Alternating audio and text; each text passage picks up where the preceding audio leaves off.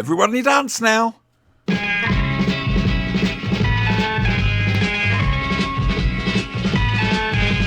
got to fight for what you want, for all that you believe. It's right to fight for what we want, to live the way we please. As long as we have done our best, then no one can do more. Hello there, welcome to the Flushing Bloke podcast. When you hear the air attack warning, you and your family must take cover immediately. I'm Siobhan, let's meet the plucky girl assistants. Just two of them tonight. No Spanky, I'm afraid. He's got a real life thing. Down there, looking nowhere near as smug as he did at the start of last night. It's because last night I was going to put you all through hell. And what happened, Brian? I put you all through ice hell. Not really. We sort of... I can fix that. Listen, you said that the other week. I can fix it. I can up more. He's been upping the ante with the bad guys in the RPG. But they're still just falling like flies. Or ice spiders, in this particular instance. Your favoriteest thing, spiders. Yes, Brian understood that. And she let us know. Oh, yes. If you want to go and see about that, you can either go to Twitch, Thaco Gaming, or you can go to Thaco Gaming on YouTube. The last night's RPG will be put on tomorrow, you said. And the thing is, it's properly done rather than just this. Brian's put a lot of work into it. It was a lot of fun last night, to be fair. It really was. On this side, she said, getting it completely wrong, that's Lilibet the Wonder Girl. Hello, Lilibet. Oh, hello. How you doing? Well, tired, mostly. Just long, busy week and another one to come, so... You're cutting in and out a little. Oh, It's not sorry. picking you up properly for some reason, your mic. If I sit up properly, would that be any better? Oh, that's definitely better. You suddenly got louder because you moved the microphone up. Yeah. So I think the sound activation, because the mic was down, Yes. wasn't getting Wasn't as much catching me. sensitive yet. And I've got a stuffy Okay. nose. How's your week been? Just really, really busy. Long and busy. And it's usually late by the time I get back from work, and then I'm tired and everything else. So, almost there, though. Almost through the end of the year. Yay. Has summeritis hit the kids yet? Oh, yeah. Oh, yeah. My seniors have... this is their last regular week, and then they've got Oh, 2 no. weeks of a variety of interruptions or days off where other kids do testing. So the upperclassmen don't have to be there because the underclassmen are testing and there's nothing else for them to do. So they have interruptions next week, 2 days off there and 2 days off there, and so anyway, yeah, they're almost at the end, and you can feel it. Yeah, I 'cause remember they're what it just was like tired. in 1984 doing O-levels. And of course, apart from anything else, the summer term, like you say, interruptions, sports days, this, that, and the other. And, yeah. And also we had the Canadian exchange students thing as well. And, yeah, Oh, that should be fun. it was fun. I mean, I wasn't actually taking part in it, but a couple of my friends were. So as a result, I've re-met Suzanne from back then on Facebook, and we're now playing WoW. We'll be playing WoW together. No, it was a crazy time. Because We do a Dutch exchange program where they come over in the fall and our students go over during our spring break. yeah, no, we it was just that sense of no more regular school ever.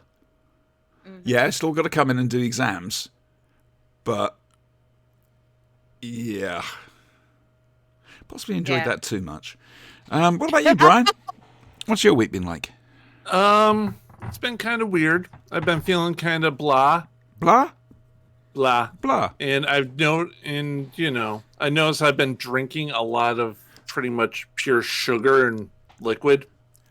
So now I'm H2O. Good. You can't beat it. Just for a little while. Just to even out. Yeah. And there's a lot of, like, just colds and flus and bugs and just general lurgy going around. Fortunately, I'm sequestered away from all the other people being IT. I have my own little Down in cave. the basement.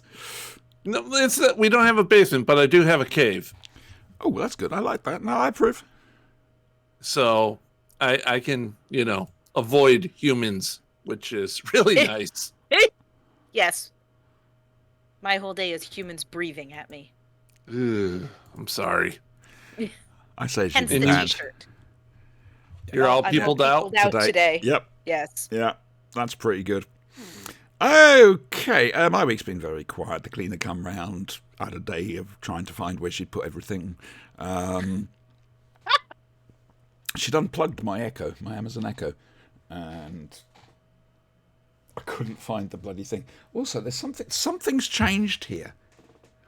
I don't know why, but the table doesn't. It feels more that Something way. has changed within her. Some things are not the same. Are you through with playing by the rules of everyone else's game? Okay, all right. I guess you are. Is your brain So- dribbling out of your Well, ear? there's no time for second guesses. No time to go back to sleep, huh? My mistake. I think it's time you close your eyes and leap. My mistake. There was no brain to begin with. At least Lilibit got it. I'm surrounded by Americans. British people don't want to know me. You're welcome. It's either in World of Warcraft, the RPG, this. It's Americans. They're the only people who'll put up with me. It's, I wouldn't go that far. Tolerate. Tolerate. We'll go with tolerate. Bit like Sheldon. Righty-ho. Fair enough. Okay. Oh, it was quiet, like I say. I'm achy as hell because the weather.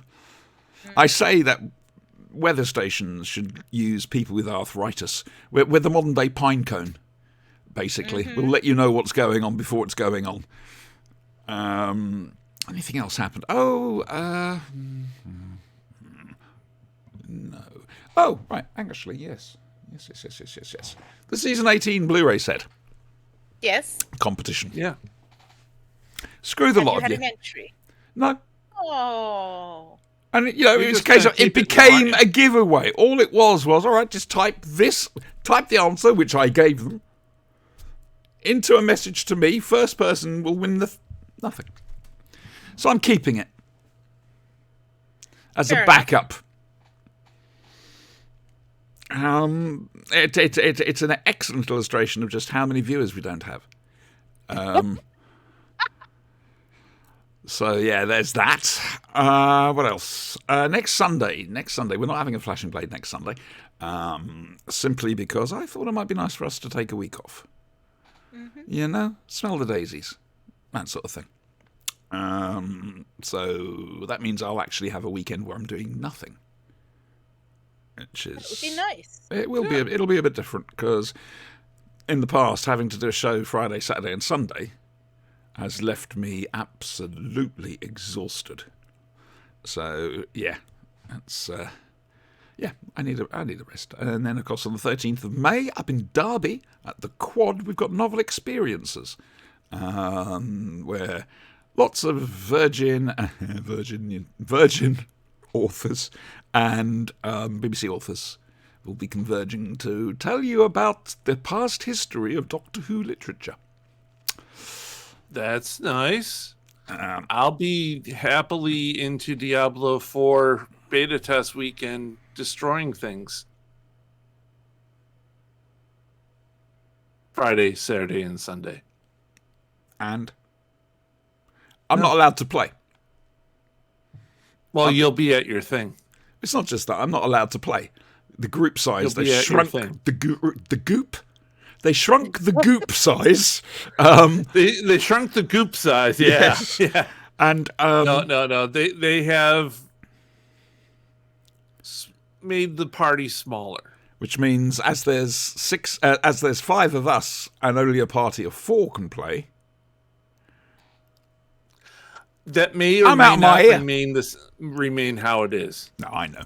But also, to be fair, I simply can't. I'm not going to fork out 60 some odd quid on a game. I didn't. I did 80. Oh, Brian. Well, I wanted. They had a thing. They had the low tier, they had the mid tier, and they had the high tier. I took the mid. I was very conservative. That's what I did with Dragonflight. Twice. Yep. Yeah, I'll explain. Of that in a course, moment. nothing says shelling out money like Ascension did. Yeah, we became whales, didn't we? Yeah. We were big whales. Yeah. But the thing is, it's still there for us. And if I'm Yes. honest with you, if you look at the stuff we bought, there was a couple of silly things, but most of it actually was helpful. Oh yeah, I'm So- still waiting for Northrend to get opened up. Yeah, that'll happen. That will happen. It's going to happen soon, apparently. Oh, according yeah, to some apparently folks. the alpha's going to be over soon. It'll go into beta. Good. Bring it on. I want my Wrath of the Lich King shit. There's a particular crossbow I'm after. Trouble is, of course, I got a different.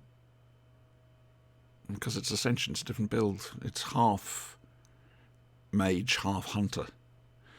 I have to wait and see. Right. So, World of Warcraft. I'll tell you about the World of Warcraft thing.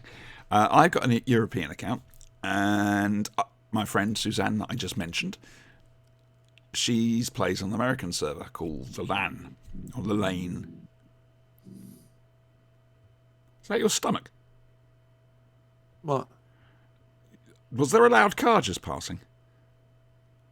There was a motorcycle. That's it. That's what I heard. I thought it was your stomach after all that sugar.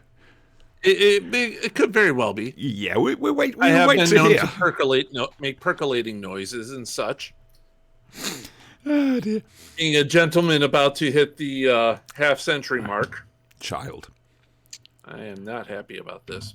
Child. I had problems hitting 40. I had no problems hitting 50. Oh, I thought for sure I was going to drop that at 40. Oh, I mean, just go to bed 39 and not wake up the next day. I was so surprised when I woke will up be very surprised if I make 60, if I'm honest with you. But I live to be surprised. Fuck off, death. Right, yes. So I transferred a character from what was it called?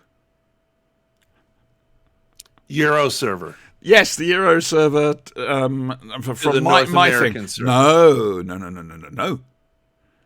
I got the name Leland, couldn't find it, couldn't find the other one. Got in touch with support, and they said, "Oh, there is a Leland. It's a German server, but transfer there. That'll be the one." Oh, that's good. Spent the money, transferred the character. Nothing. Couldn't find the guild or anything else like that. Support get back to me. Yeah, we're going to refund you that because it's the wrong server. You actually need to make a new World of Warcraft account. Set on Oceania. Not East Asia or Eurasia, just Oceania. I'll tell you something Sinister told me the other day. And so I had to do that. And then to be able to play it properly, I had to buy the expansion again.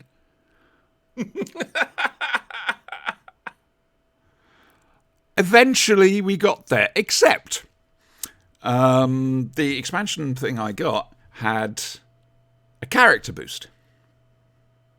Okay? To level 60. And I thought, what I'll do is I'll create a Demon Hunter and boost that to level 60, so I'll be of some use to the guild as a tank. And because I quite fancy tanking again for some reason.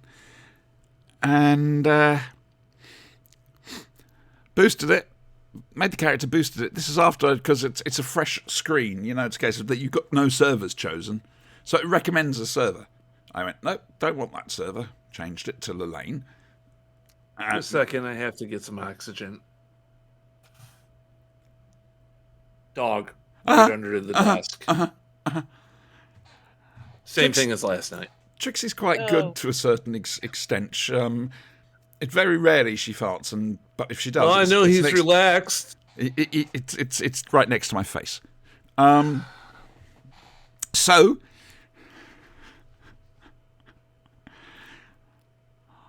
No. The characters please. I used a character boost.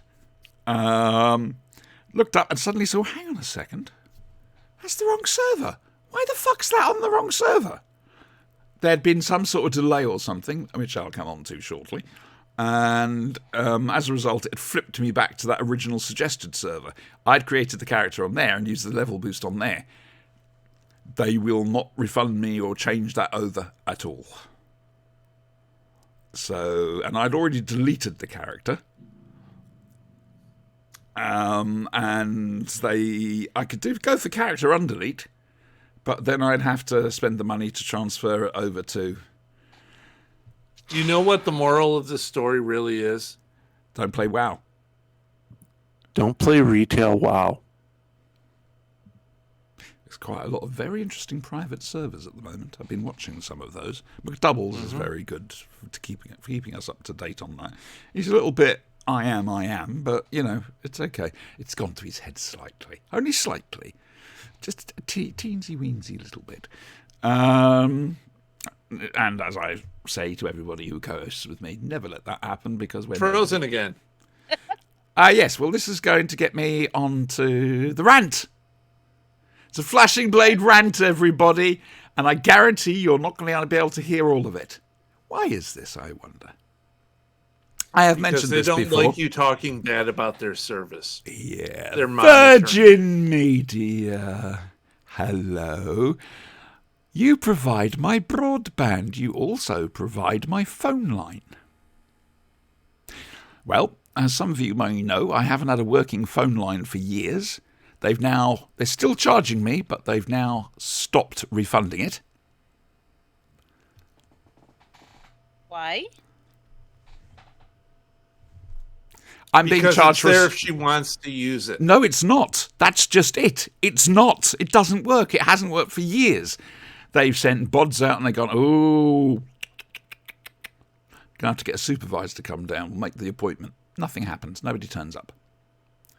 So in the end, I made an agreement with Virgin that, because I went to cancel the phone line and they said, actually, it'll cost you less to actually have the phone line. Because it's a bundle. Yeah. Yeah. And so I kept that going. See if you can cancel it and get a new client bundle.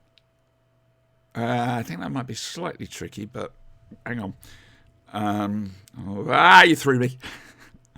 My memory this weekend has been terrible. You may have to put your internet in someone else's name for like a month and then change it back over. Nah. So they've stopped doing that now. So I'm looking at going to the Ombudsman and saying, this is the situation here. And actually, there's a few things I want to talk about like that tonight. So we'll have to wait and see about that. The trouble is, the internet, every evening, and it's not exact at a certain time, but over the evening, my internet goes on and off and on and off and on and off. No idea why. Absolutely no idea why. I've tried telling... Do they throttle service? I wouldn't have thought so. Well, I'm not that we thinking know it's of. more of a problem in the switch or the neighborhood. I think you could be right. I very much think you could be right. Her equipment or her house. I know Adam's had it a couple of times, and he lives about 10 minutes away from me, 5 minutes by car. So, yeah, trouble is, trying to get hold of anybody from Virgin is impossible. Yes, you can't they talk don't want to to hear from you. No, you can't talk to a human. You end up having to jump through 60,000 loops, and eventually, if you're lucky, somebody from support will actually get in touch. Yeah, they don't want to hear from you. They don't care about you. Nope. They have your money already. They have you locked into a plan, and you're going to stay there. Now, what you want to have a fun thing? try to fucking cancel. Oh, I know. What I'm about to say is going to sound racist, and I have no intention of doing that. No intent, racist intent. However, they've subcontracted or whatever it is all their support stuff to India, call centre in India. Now, a lot of companies do that, and that's absolutely fine. I do not have a problem where in the world, maybe Russia, but where in the world, a support. You do find Carmen Sandiego. And the problem I've got when I call up is that they don't talk English brilliantly, and they are determined to stick to the script they've got. You cannot have a conversation with them to explain the problem. They're not allowed to. Like I say, I'm not being racist here. They can have these things in India or wherever, but you need to be able to put in a system that works. And this doesn't. But like you say, Brian, they really rather it didn't anyway. Right. So, like I say, no racism. It's just sometimes they've got to be allowed to do their job properly, quite frankly. My parent company that owns the place I'm working at does that as well. You get, when you contact support, okay, if it's by chat, you get someone live, a level 1 live supporting you from, let's just say, an East Asian country. Something, yeah. And you're going to be lucky to get through that whole thing. Yeah, like I say, it's not... there's also, when you call, GFL understanding. Oh, however, good luck. if you put an email in, it automatically creates a ticket in the system. And I have my stuff set up so that I can see by location all the tickets for my location, they never even talk to Will you those remind me once the show's over? I'm going to go to their website, and I'm going to see if I can put in a ticket like you just said, put in something and see what comes up. I'll talk about the phone line. I'll also talk about the internet problems. I mean, I pay about 79 quid a month for this. Ooh. Yeah. So... There's no reason for it not to work. No, exactly. And it hasn't worked for years. I mean, Brian will tell you, I've had this on-off problem, longer than I've known you. Since 2019 when we started. Yeah, and, before then. But, yeah, that's all you know about it. It's ridiculous. So, Virgin Media, you are called out. Put your act in order. Auntie's coming for you. Everyone say, hello, Thomas. Hi, Thomas. Hi, Thomas. Something just occurred to me whilst we were chatting. Oh. Did you remember Garden Gate? Yes. Yeah, how could you forget? Vividly. I've been trying to forget. Therapy has helped greatly, but now you brought it up. Oh, great. Thanks. I couldn't afford it. I couldn't either. That's why I'm currently drinking water. The cats could be registered therapists. Yes. No. They would not when be it's all going responsible. well, purring, lovely, calming, wonderful. When they're all jealous of each other and I'm just covered in cats trying to climb over each other to be on me with the dog sat down there looking up like this going, what the fuck's happening? Yeah, I've only got 2 hands. 2 hands, 4 animals. Go figure. Anyway. I think I saw that video. You're a bad man. Yes. So, now, did I mention last week there was going to be a meeting? Don't think so. No, I don't believe you did. No. Or the week before? No. Okay, no. Well, it's out and about now, so I can... if I was deliberately not saying anything, I can now. If I didn't say anything and it wasn't, whatever, because I forgot. Anyway, Thomas, you've probably found out about this, mate. So, Unite the Union, which I'm a member. Yes, you said. Yes, okay, yeah. That they had some questions about things that were going on and wanted to hear people's opinions. Yeah. I do remember that. Yeah. So, an update on that, because I like to keep people updated with these sagas. They're, it's basically, it's a record. Now, yes, it's a record tinted by my viewpoint, but as with the Garden Gate saga, I told nothing but the truth. No exaggerations or anything else like that, just the truth. So, Garden Gate for me is over. It's all finished. It's all done. I'm just waiting to be electrocuted when lightning hits the metal frame. But they got in touch, and they'd done some door knocking, and I think about 100 out of about 100 people, 70 had complaints. So we had a meeting was it last week? It might have been last week. It must have been last week. Oh, God. The place was packed. I thought we'd be lucky to get about 3 people. It was packed to the rafters. You've given your neighbors a forum to bitch at someone. Oh yeah, and there are some very genuine. And there's nothing people like better than having a forum to bitch at people. So this was the inaugural meeting. It's a case of let's find out what people's main concerns are, but also let's find out what they like about the estate as well. Which is that good. makes sense. It does, because if you look at the stuff that people like, you can see, okay, that's working. We can make other stuff like that. Yeah. And I'm on the organising committee or whatever the hell it's. I don't even think it's got a name, which is great. But Did you show up to the meeting with a pen? Because that's usually how I end up on a committee. no. No, it's because I've kicked up such a stink in the past about Garden Gate and whatever. You're the malcontent. I'm rebel rouser. Yep.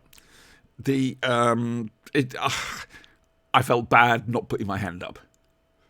It's a case of, oh yeah, you can talk, you're happy to talk left, right and centre, but to actually do anything, you don't want to know. No, can't do that. Got to, money where my mouth is. You're not a shit talker. No. So I'm trying to because they've United put together, from taking the feedback on board, they put together a newsletter for the estate, and on the other side is a poster, which we're going around and we're asking people to have a read and then put it in your window. Simple phrase: on this estate we stand together. It's a shot across Guinness's bows. And the only problem I've got is I volunteered to help out. I tried to deliver some of those leaflets and it killed me. I've just not got it.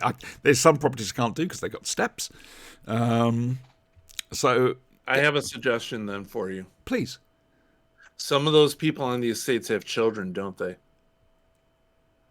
Oh, I've tried to have it banned. No. Use the young. How? Seriously? Here. How? Here. Go block by block. Doesn't work. No? They don't do it? Kids don't really play around here, hang around here. And even if they did, people over around here do not like you talking to their kids. Well, that's when you're at the meeting. You talk to the parents first. That's a better thinking. You ask the parents, hey, look, some of us are elderly. Some of us have trouble getting around. Mm-hmm. And many of those children need volunteer hours. Yeah.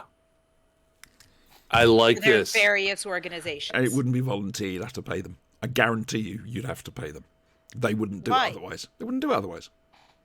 Why not? Because they're kids. They're helping their parents. No, it doesn't work like that over here.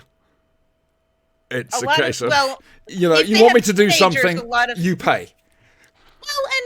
But a lot of them have teenagers, and teenagers need volunteer hours for organizations, for scholarships, for different things like that. Like Scouts, we had to have things like that. No, not really. Nothing? I mean, that's the thing. I mean, you get extra credit and whatever for joining in on this, that, and the other, don't you? We don't have that system over here. No, not extra credit. Like having to keep volunteer hours and volunteering at places. And then when we applied for college scholarships or things like that, it looks good you had on to a show college your application. This is a difference between the UK and America. We don't have that. That I know of, anyway. Admittedly, I'm 55 and I haven't been around children in decades. Check with very those happy. parents, Check with those parents. 'Cause Yeah, that's a good they idea. Very well might. But somebody else is supposed to be helping out on Finsbury. Trouble is, she's rather busy. And also, it's a case we've got to make sure we don't double up, which I forgot to do, damn.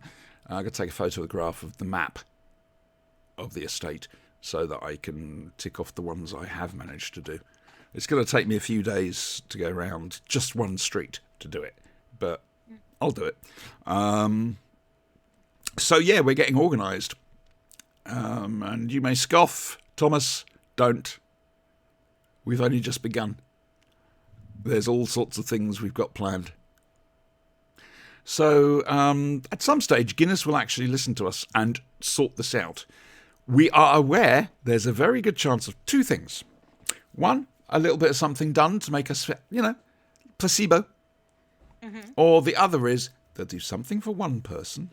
They might do something for another person. Divide and rule. I'm waiting to see which one of those they go for. I'm not very good with officialdom, to be fair. I do not like being told what to do by anybody. Anarchist. I am. I'm an iconoclast. I'm an anarchist. No, I'm not an anarchist. I disagree with that. I'm not an anarchist. Okay. But I like things to do their job properly, rather than half-assed. Now, Thomas, I'm very, very aware that this is not your fault, sir. It's just the system is fucked. They've cut the money from it by God knows how much. And the poor housing managers themselves are running around like blue-ass fries. But when you've got various departments that don't communicate with each other or anything else like that, it's just not fit. I've said it before, it's not fit for purpose. Oh my God. Yes, I am here. You want to talk to a manager? Well, Thomas is the housing manager. No. Little bit gets it. Yes, I am not a Karen. She would need the haircut. I know. Maybe some frosted tips. Explain, please. Are you talking Karens? Yes, we are. No, I'm not a Karen. I'm actually pretty much the opposite of a Karen when I think about it. I fall over myself to be nice to stuff. My favorite part of The Good Life, yes, is when Margot goes down to the water and rates office and says, "This I will pay, and this I will pay, and this I will not pay." Because you have not had, I told you to have somebody out there and you didn't. Oh, well, you will have someone there 9 o'clock tomorrow morning. Well, you will have someone there 9 o'clock tomorrow morning. You don't argue with Margot, not when she's got a full head of steam. That's my favorite part of the whole thing. The Good Life, Brian. I don't know if you had a remake in America. We didn't have a remake, but we had a retitle. It was called Good Neighbors. Sound familiar, Brian? Okay. It's basically Syndication or network. It's a BBC show, but it turned up on PBS. Oh, I haven't seen it then. You've got this couple who are sick to death of the rat race. Absolutely sick of it. So they decide we're not going to do it. We're going to turn our beautiful garden into a vegetable plot. We're going to have pigs, and that's a funny episode. And it's going to be great. We'll live off our own land, that sort of thing. Difficult, but...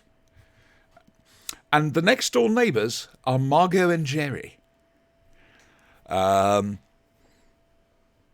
a little bit upper middle class. And the idea of all this happening next door is horrifying. Not so much to Jerry. He's all right up to a point. But Margot.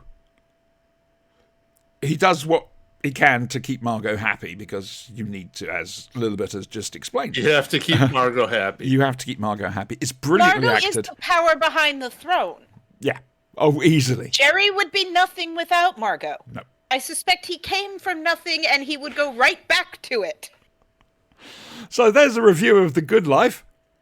It's fantastic. Nice. Felicity Kendall is one of the main stars. Felicity. Your name rhymes with electricity. Sorry, a People's Poet poem. Yesterday, I think it was yesterday, yes. Anniversary of Bill Hartnell's death. There is going to be some lapel clutching from me this year. Excellent. One way or the other, it's definitely on. I can say no more, I'm afraid. This is going to be a surprise. We'll find out when they tell you, basically. It's nothing official, don't worry. I wish it was. Anything else? I've ranted about Virgin. I've had a laugh about what's going to happen to Guinness. Barry Humphries died. Australian comedian, character actor. Most famous. Dame Edna. Yes. Now, Dame Edna is pant-wettingly funny. I don't deny that at all. Unfortunately,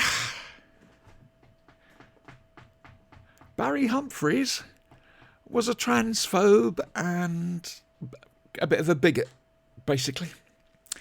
And so I'm in that bizarre situation of, I love his creation, but I can't stand the person. It's weird. It's a bit like Graham Linehan. I love the stuff he did, Father Ted, the IT Crowd and whatever. But the man himself has gone completely cuckoo round the bend. He's just, woo. And I don't deliberately, I haven't deliberately cancelled it in my head. But if I do watch something like that, I feel bad. It's a weird thing. Trying to separate the art from the artist is so difficult when you're the target of their bile. It's yeah. And again, it's getting harder over here now. Yeah. There's got to be one country that accepts trans women, or trans people Canada. as people, rather than, well, I don't know what it's like being beaten up on the streets in Canada. I know in America it's bad, but America's getting pretty bad. yeah, I know, my love. And again, it depends on your state, but Yeah. there's some that are There's awful. some. Florida's I've big been worse. seeing some of the laws that the state legislatures have been passing. It's horrifying. Figure if you're in a farm belt kind of area, it's going to be bad. I don't understand, one, why they think any of that is necessary. It's all ridiculous. It's not. Two, how do they not even see what they're doing? Like, how do you They how do you do, not see? Because it hasn't happened to them. Oh, And- excellent answer. Excellent And answer, Brian. Third, it should be illegal to pass any of that. It should just be illegal. It is. You can So- challenge it. You can go to court on it. Unfortunately, right now, the Supreme Court is stacked. You do not have a fair justice system in America. No, not any longer. It's well, What? it was. No, it was. It wasn't fair to start with. By making appointments such as district attorney and sheriffs and whatever open to a public vote, it becomes political. Not even that. You can sue the state on constitutional grounds. Okay. The If problem you've got the money. is currently that doesn't matter. You can go all the way, and people will donate to your cause, and you will have backers. The NAACP. Hang on, who can we sue? I need money. Pick someone. Brian, I'm suing you.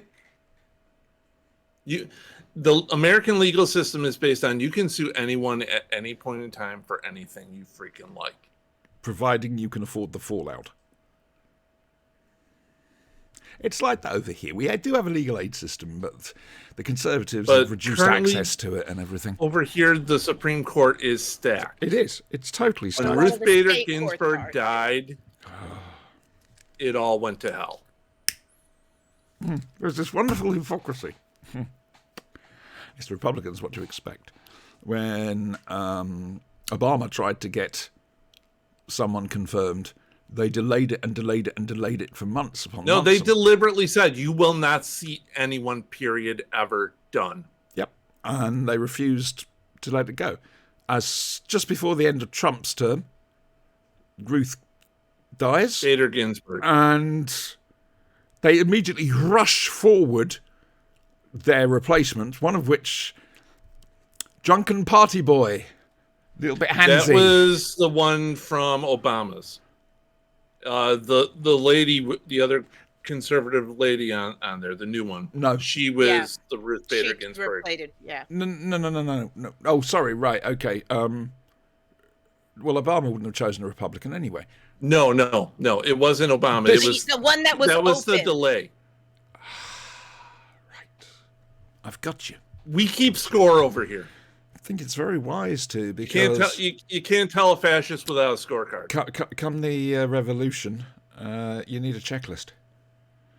Frankly, that wall is very waiting. frustrating. It's a very old wall, apparently and we it's been waiting a might long time. be seeing something happening. We're not sure. We don't know. In what respect? With Clarence Thomas.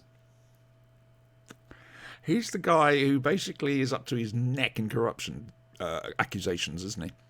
Taking money off people. Graft. Grafting, yeah. Yeah. So, He was under suspicion since he was appointed. well, isn't his wife... It's not Marjorie Yeah, Taylor Ginny Greene. Thomas is a bigwig in the Republican Party. Oh, and a Trump supporter, and was talking about things in front of him. And it's a case of, oh, for fuck's sake. Yeah. No, So- to be fair... The problem is the current court is it's being run as an insular entity. Yes. There's no transparency. There's no nothing.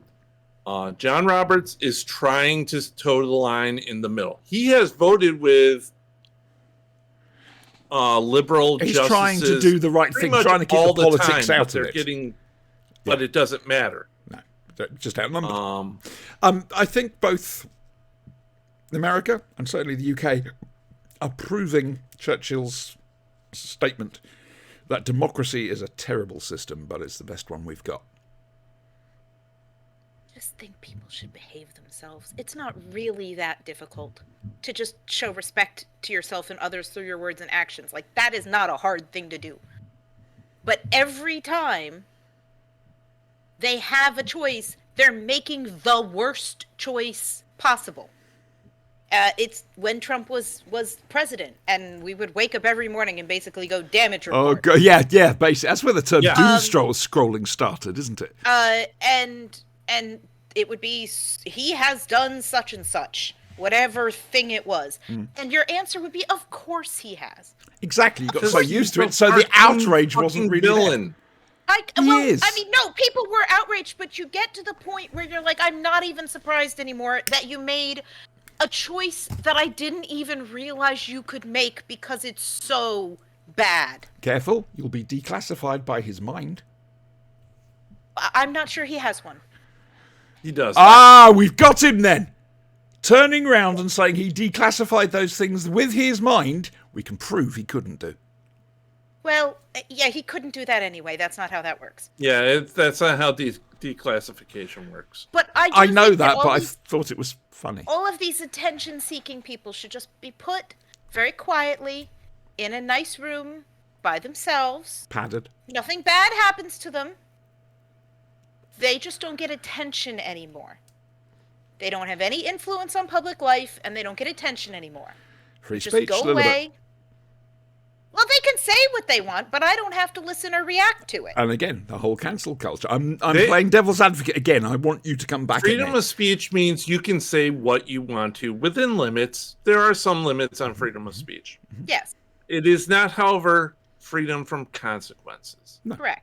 Well, And his And they seems to believe be. Otherwise. I His mean, let's say it's getting worse consequence over can be here. that nobody listens to him anymore.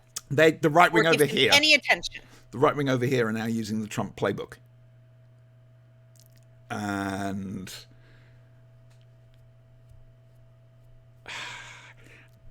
they've lost the next election. Unless some fucking miracle happens for them, they have lost, and there's a good chance they're going to lose very badly.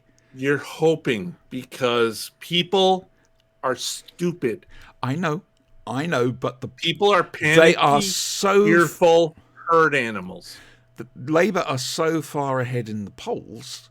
Hang on, bear with me, because I know what you're going to say. As it stands, the Conservative Party, at one point, it looked like the Liberal Democrats, who have always been the traditional third party, were going to take over from the Conservatives in opposition. But the Conservatives have pulled some back. But as it stands, I don't know what that noise was. As it stands, Labour are on course to win in just under 2 years. It's a case of hanging on in there as best we can whilst they fuck us over as much as they can.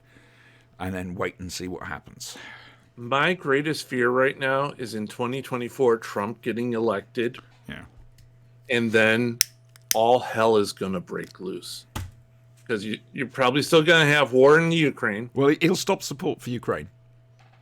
He will stop it. He will stop support in the Ukraine. There is no and that'll be question about Ukraine that. fucked. I mean, we're doing our best, but we got fuck all over here. You know? Everybody's trying to help them out. And these poor people are like, just let us into NATO and we'll crush it. It can't work like that, unfortunately. It doesn't. No, it can't. Not in NATO this situation. rules are that any country that is currently involved in a conflict cannot be admitted. I just think it's ironic, really, that you did this to stop NATO expanding eastward. Straight away, the two eastern countries next to his northerly border, they joined NATO straight away. Ukraine, one joined NATO. One is still waiting on Turkey to say okay. And Hungary. Yes. Well done, Brian. Yeah. Yes. I read the news. I'm sorry. But you're American. You're not supposed to. Funny papers is I it. know. It's fun this way. It's also horrifying being me. Hey, we've got a different sort of review set up tonight because of things. We've got no Big Finish.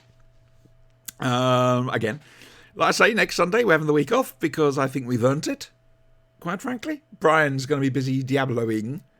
And no. Oh, that's... Oh, well, we will 12, be... 13, 14. Oh, Brian. Auntie's going to be magnanimous. Brian, you may take the Sunday of that weekend off from the show. I'm pretty sure I'm going to be taking the Sunday of that weekend off from life. How do you kill that which has no life? I may have to take the 15th off from work just so I can recover, okay? I just love the fact Blizzard launched a competition sort of saying, we know exactly what you're going to be like, so enter to win a paid maid cleaning service. Is that a game weekend? Do we have... Let me see. I hope not, because I'm away on the Saturday. No. We have the 6th and the 20th of next month. So it's nothing to me. And I do try to get back in time. But I just got in. I just wanted to sit down for 5 minutes before coming on here. But my phone's going ba-ding, ba-ding, ba-ding with Spanky's going. Oh, are you getting the emergency alerts now? That was something else I wanted to talk about. That's why tonight's quote was the quote it was. If anybody can tell me what the quote is from, when you hear the air attack warning, you and your family must take cover immediately. I don't think you're going to get it. It might have been playing in the background, but we'd have to check. I'm not going to go check. Really? It's so funny. The amount of Americans you see on Twitter when Threads is mentioned going, oh God, I've just watched this. Oh God. Did you ever do Threads for PDIs? No. Because he described it and I went, no. There's quite right. I don't do an American stories. version. Well, the American version... Jason Robards, I think it's the day after. The day after. That came the year before, I believe. Okay. And I think Reagan saw that, walked out of the screening room white-faced, and suddenly Russia was their friend. Yeah. Which is a remarkable tribute to the writers and directors of the day after, quite frankly. We need to get Congress to watch this movie. Trouble is, Both of them. Double feature. No, the Trouble and the War Game as well, so triple feature. Not War Games, the War Games. The BBC pre-Threads thing from the black and white era got banned for about 20 some odd years. They wouldn't show it, it was too grim. Yes, the bleep, bleep, bleep. Well, it wasn't. It was a woo. Now, it was the first test of it. There have been interesting reactions. First of all, not everybody got the message. A couple of mobile carriers, for some reason, didn't broadcast it. Not everybody got it on time. Nobody, exactly. Yeah, it was all different times. Adam didn't get it. I don't know if he's had it since, but he sat right next to me. Mine thing's going off, and he just stays quiet. Can you turn that off? You can, but he hadn't. But that's what this is for. It's a test to work these bugs out. I don't have a problem with this system. I think it's actually wise. It's not about war in this particular instance. It's weather alerts, extreme weather, flooding, wind damage, and with climate. We have those. We have I know. Amber alerts. I appreciate this. We are a little bit behind the times. We're only just starting to do this.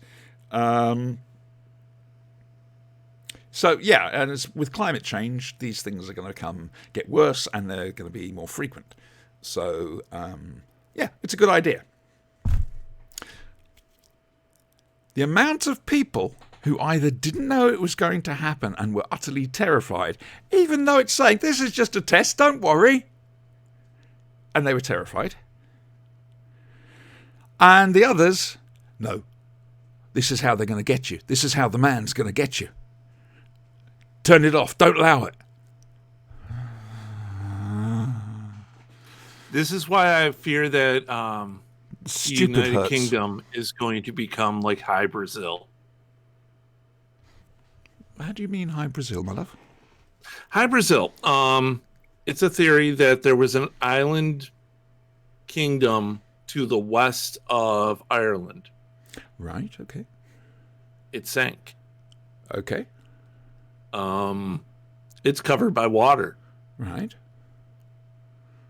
Well, we're going to lose. Poles are melting. Yeah, no, we've seen the You have forecast maps. Doggerland that did actually go underwater. Yes, Yeah. it did. When the Ice Age stopped, the whole place got flooded because England and France were joined. Connected. This is basically geology, geography, history. They were connected. And then it all went horrifically wrong, and that whole area got flooded, resulting in the English Channel. It's a bit like what happened with the Mediterranean. Again, the Mediterranean was actually, it was dry. And then, bang, something happened next to Gibraltar and Africa in the middle there. In rushes the water, bye-bye Atlantis, and... That wasn't where Atlantis was. Oh, there's too many people arguing about that. I really haven't. Don't make us watch The Time Monster again, please. It is West Africa. imaginary. Sorry. It is imaginary. West Africa. Difference of opinion on the blade. Right, you say West Africa. What, off the coast of West Africa? No, I'm saying West Africa. During one of the Sahara green periods. Interesting. The Eye of the Sahara. Interesting. An Okay. actual geological formation that perfectly fits Plato's description. And of course, this is brilliant, because if that's likely to happen, Sinister Isle isn't that far away. It's just Right? off the west coast of Africa. Not just It's off. in the Canaries, isn't it? I'm not saying where it is. You don't want them It's to know, near the do you? Canaries. You don't want them to know. I know. Plus, I'm going to be honest with you. Anything like that, any leaks like that, I'm and just Sinister will saying he kill went me. through a hell of an awful lot of trouble to make a volcanic island. It was papier mâché, you know. I did not know that. Yep, papier mâché. Does that mean you'll have a Easy. world shortage of bicarb when he decides to set it off? I Yep. don't know what that means. Bicarb when you and make red the- food coloring. Coloring and vinegar is how you do the paper mache volcano. You see, when I did my volcano, I tried doing papier mâché, homemade papier mâché. You know, bits of torn up newspaper with glue around a metal Yep. wire, chicken wire frame, and it didn't dry at all. And the teacher basically said, fuck off, go and do something else. And I did. I did a nice little display of a river. But yes, I see what you mean. No, we never got as far as bicarb or food colouring. It wasn't. The plan wasn't there for that anyway. But I see your point now. So If there's a sudden shortage, you know he's up to shenaniganery. Yes. Oh, magnificent! Magnificent shenaniganery. Shenaniganery, yes. The That's the adjectival form of shenanigans. I had never heard that before. I think that's brilliant. She's a teacher. She should know. Yeah? But hang on. Spanky's got his... Yeah, he's a lit guy. He's an English lit major. How come he's not come up with shenanigans? I don't know. I love that word. Shenanigans. Shenaniganery. Shenaniganery. Shenaniganery. That's going to mean I've got to get Joe to try and say that. That'd be fun. Right, do you know what's happening this evening then, boys and girls out in internet land? It's about an hour in. What are we doing this evening, Siobhan? Just got over 3 minutes before we need to start this thing. Seriously, I am paddling. I'm sitting here very calmly. I'm like a duck. My legs are going left, right, and centre. Because no Spanky means that I'm the one who has to look at both Canon and Edge of Darkness. And I don't like that simply because it's just too much of my voice and you two end up twiddling your thumbs. However, it's the penultimate episode of Edge of Darkness, so the next one, that'll be it. And hopefully Spanky can join us for it because we're going to have to play catch up a little. Callan, the problem I've got with Callan is I can't actually remember what happened. I watched it last Sunday after the show, and it's gone. I know bits of it, but I can't remember. Quite a memorable episode you have there. Well, I remember one of the plots, but I can't remember how the section ended up with. And because Hunter does something dickish. Yeah, Kellen yes, has to kill yes, someone. yes, no. I'll get to that. We got no big finish because we haven't. Though Lilibet may be reviewing. Rani Conquers the World, whatever it is, Takes on the World. However, she'll be doing it herself because, well, Lilibet and Dave, you used to do our Sarah Adventures We did. reviews. We did way So back in the day. I had special sound effects for you and everything. Lots of Dalek noise. It was Yes. old school Dalek noise. None of this servo motor nonsense that they have nowadays. I might still have Daleks the supposed to be files. silent. So are Cybermen. Might have the files kicking around somewhere. Do they have the sound of the ice spiders? Just wondering. We haven't had ice spiders in Doctor Who yet. That's interesting. I mean, we've had spiders a couple of times, but not. Actually, that's quite interesting, considering it's 60 years old. I wanted to get a clip of the movie Them with the ants just to Wow. play during that scene. You see, I wouldn't have a problem with ants. I'm fine with ants. Yeah, but for the spiders. Why? There were spiders in it as well?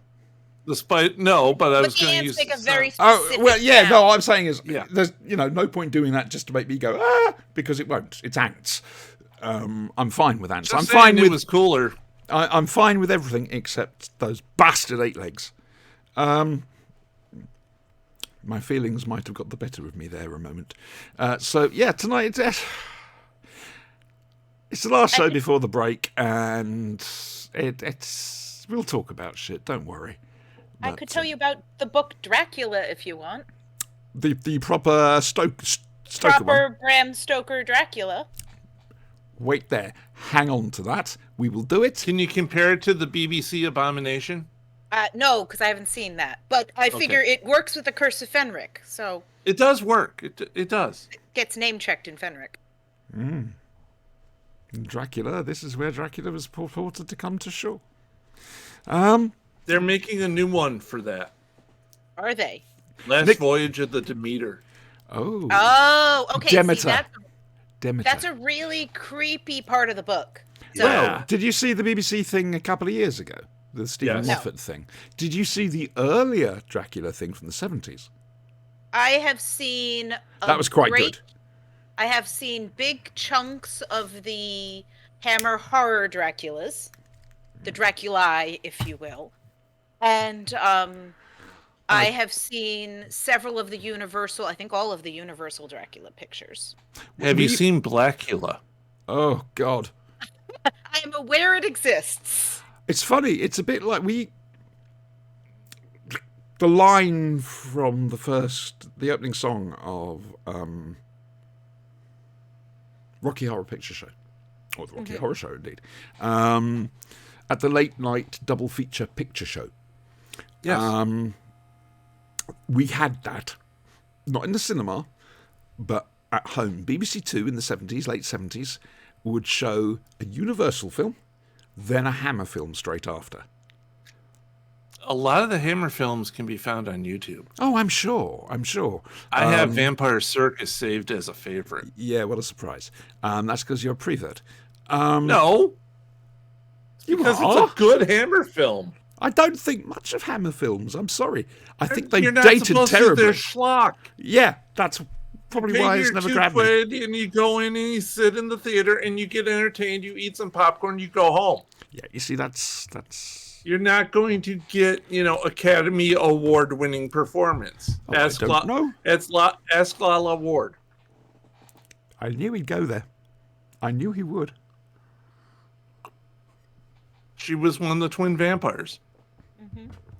One of the twin vampires. Just saying. Well, she had a brother. Thank you. Okay, right. What on earth is that? Oh, I've dropped something. That's embarrassing. So, and now, from the world's BBC Television's Doctor Who, 1 hour over, it's Doctor Who. I got the wrong one. Fuck. Not the wrong file. I opened it. Opened the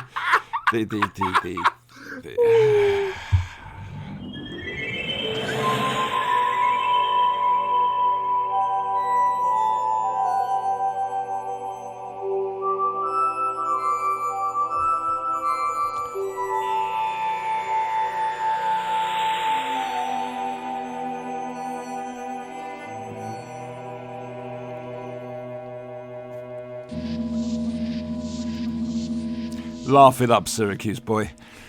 All I'm saying is we usually derail after this part, but tonight we just did it ahead of time. End of term silliness. We've already discussed that, so that's what I'm putting it down to, quite frankly. We've got 2 viewers, apparently. We've got Brian. Hi, me. And... well, there's somebody. Hello, very lonely Lisa. You're not alone, sweetheart. We're here. Shy Puff, whoever that is. Lurks, who's always there. I think that's a bot. Literally Unreal. No idea. Qatar, with a K. Lizabay, B-E-I. Elysian, Drapsnat, Alicia Dra, and 01 Ella. So, there we go. That was nice, wasn't it? Hello. Hello. If you actually are alive, please feel free to say hello in chat. It would be nice to know we're not broadcasting into a void, which face facts we normally are. Oh, I would like to thank our sponsor. Oh, who are we sponsored by this week? We're sponsored by The Void. Thanks for being up with me all night. Wait for it. After all the sugar he's had, the void will be back. He'll be voiding everywhere. Okay.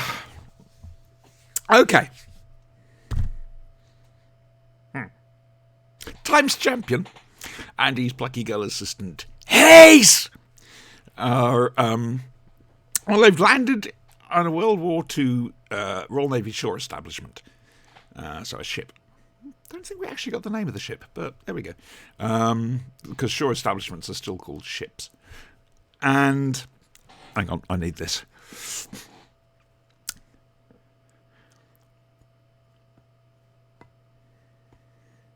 They get arrested by the Marines, but the Doctor seems to be expecting it. He actually scolds the Marines for not arresting them Oh, earlier. great. And Ace is right there with him. Straight away. She picks up on it like that. Absolutely superb.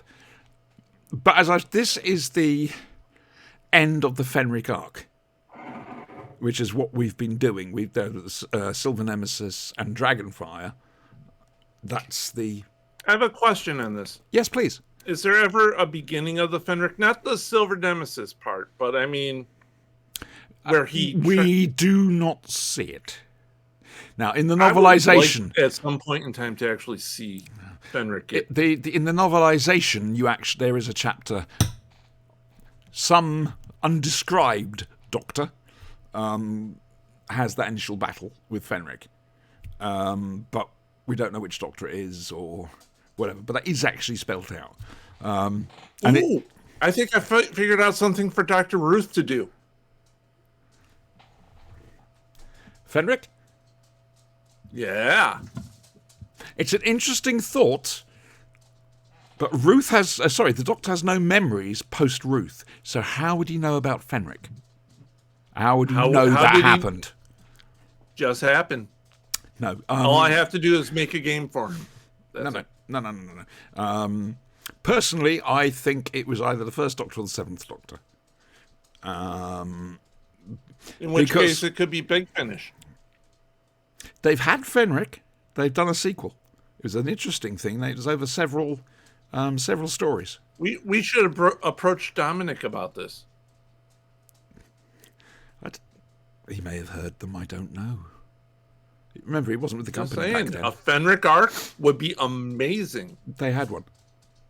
No, I mean before Fenric arc. This is post Fenric, but it's still a Fenric. Yeah, arc. this is This is Fenric the sequel. Yeah, but we're still waiting for the Merlin incarnation of the Doctor from Battlefield. So that is my plan, by the way, and I'm copywriting it here and now. It's my plan that my first season as showrunner, I get on Andrew Cartmel, Mark Platt, Ben Aranovich, and we do the prequel. And that series ends with the Doctor. Well, Fenric 1. No, not the Fenric. No. Battlefield, Merlin, and all that stuff. Oh, okay. Because every wizard I always see it, Sam. Well, quite. And that particular series ends with him trapped in the ice caves. And the last shot is just this glow blasting out of all these crystals and reflecting and everything else like that. He's regenerating, and he regenerates into the Ginger Doctor, ready for the start of the next series. That's my plan. You could do that with the Purple Doctor. I'm sure Dominic would love that if only he was on the television.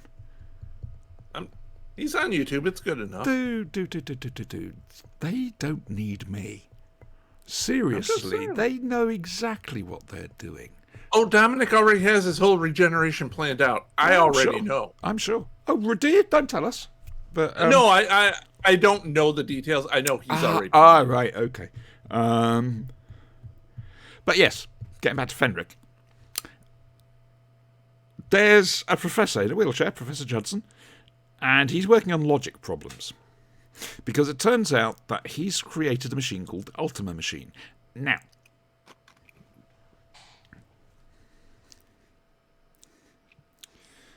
basically what happens here is taking inspiration from the real-life Bletchley Park saga with Colossus, the computer Turing eventually built to stop the Enigma code.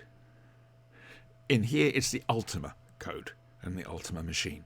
However, it's already been set up, you see, because if you look deep into the heart of the Ultima Machine, there's a flask of naturally occurring green poison.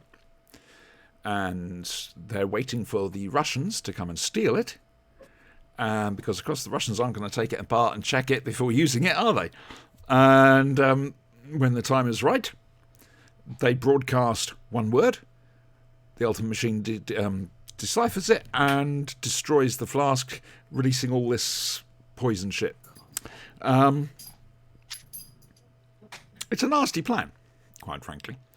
But all of this is being orchestrated by an entity of evil, that's the best way I can describe it.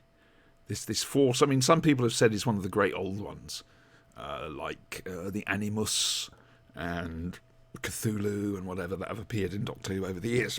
It's just another. He wishes he was. Mostly he's just an asshat. Yeah, he's an asshat with megalomania. I forgot what I was saying. Every time you interrupt me, that's it. I've gone. I've forgotten completely. Sorry. Well, So- we it ends up being a battlefield, this place. no. between- Curse of Fenric, love. Yes, but... yes, but... Go on, take the joke. Between Laugh at the joke. Well done. Thank you. The Russians, the British, Yes. and the vampire Herbivores. herbivores, right? And the Fenric dude and his energy force. And The ancient. then right, and then the ancient aliens guy. Yeah. With the hair and all. What, Van Deacon? Yes.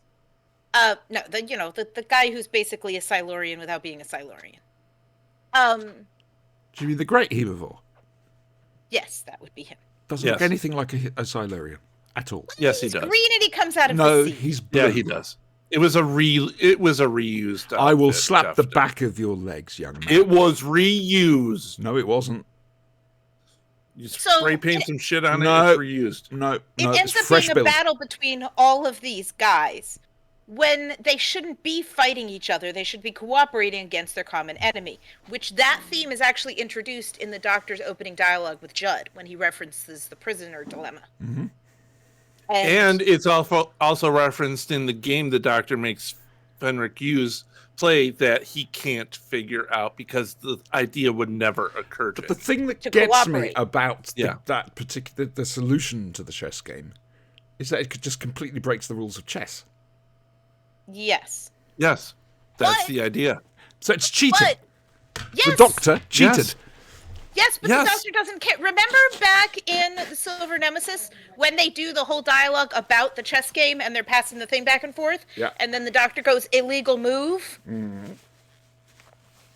But he does it anyway to win. He doesn't Okay. particularly care about winning. Does make you wonder just how deeply they planned this over at the production office. To be honest, I'd love to sit them down and say, right, come on. How? I mean, was that stuff deliberately put into Silver Nemesis? The I'm going to times- say yes because it's the start of the Ace arc. well, no, somebody had to Dragonfire is. You know what I'm saying. Dragonfire. Okay, where was the chess piece in that? No, you're getting your arcs mixed up. We've got Ace's arc, which starts with Dragonfire, and also Yes. the Fenric arc, which starts with Dragonfire. Ace's arc has more stories to it, which also include Fenric arc stuff. But the Fenric arc is a separate identity. It's only now we realise that Ace is a wolf of Fenric. The whole thing's being plotted by Fenric to get the Doctor into a certain position. The thing is, the Doctor knew all along. And, yeah. Sure he did. Oh, I can believe it. It's the Seventh Doctor. I can totally believe it. It's a case of... You don't Right. ever think he's just bullshitting? Not the Seventh Doctor, not in situations like that, no. He's an evil, devious little gnome. He really... Oh, that reminds me. Thank you, Brian. Ha! Little bit. Yes. Cakey. Oh, well done. Well done. My neighbours are Muslims. They've celebrated Eid Mubarak. And every Eid I get cakes. And they're the best cakes. Lovely. They Homemade. are lovely. Very nice. I just have Pringles. Which we haven't received any sponsorship from. Yet. I have donuts, I'm still waiting for the Twinkie people. but I'm not gonna. I was gonna wait until I wasn't talking. Okay, I consider myself told. This story is a triumph. It really is. It's just a damn shame it wasn't done on film. You have all the guest cast are superb, absolutely superb, including now. A little bit you probably know this, but Brian, ever heard of somebody called Nicholas Parsons? No. He played the vicar the Reverend, not the Reverend Matthews, that was Ghostlight, the vicar in Curse of Fenric. Yeah? Okay. The one who's struggling. And Okay. again, you know that scene where he reads the Bible passage, now He by can't say the word love. you can't say the word love. Love is the word that is programmed into the ultimate machine to destroy the poison flask. Just nice little things. I also recall that he couldn't use holy whatever against the Hemivores. Yeah, because he didn't really believe in it anymore. Well, it's Yeah. faith. So his faith basically was breaking under the pressure of the war and what the Allies were having to do to win. And that left him wide open, unfortunately. The Doctor's faith, on the other hand, is in his companions. It's not very clear, but when they attack the inside of the vestry or whatever it is, and he's there with Reverend Parsons. Why can't I remember the Reverend's name? I don't know. McCoy suddenly goes, yes, faith, and he starts muttering something under his breath. That's the names of all the companions, starting from Ian and Susan and whatever. So that's Earlier, sorry, but related to that point, earlier, when Ace is the Doctor leaves her behind to have a conversation with the vicar, right? He says to her, I'm struggling with my faith. I used to believe this is what it was like when I was a child, and she's like, well, you can believe in me. And then she's in the room when the Doctor is saying everybody's names, and the No, she preacher's isn't. there too. She's there. She's left by then. She's gone up to the roof. Has she? Mm-hmm. Oh, in that useless roof scene? She goes Episode down to 3. just get captured again. It's just silly. Episode 3. But I thought she was in the room. But anyway, the Doctor, she tells him, believe in me. The Doctor does. It is why I kind of wish that the solution to the chess game wasn't quite so obvious, because it should be thematically, for the end of this story, it should be sacrificing the Queen. Well, let's just look at that encounter. I'm glad it was like that. I'm glad it was played the way it was played. Because you're sat there on that very first viewing, and remember, back in the day, you'd watch it and then it'd be gone. Yes, videos were starting to come out now by then, but still. Just for a moment, due to all the work they've done with Remembrance of the Daleks, Silver Nemesis, Happiness Patrol,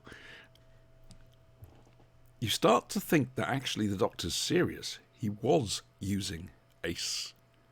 Just for that split second, the audience are gobsmacked. And then, as we know, he did it deliberately to break Ace's faith so that Hemivore can go and do what he needs to do. But just for a split second, this is the one Doctor you think it would be possible who would do that. You don't think McCoy would? I never got that. I pretty much saw through his plan. I will tell Ian Briggs, the writer. Okay, interesting. I didn't. But again, I just probably got back from 12-hour security shift, so yeah, my brain was a bit fuzzy. I love the Curse of Fenric. To believe it for a minute, I think, but if we as the audience believe in the Doctor, and that if the Doctor's the ultimate good who can fight the ultimate evil, then the Doctor does not betray people.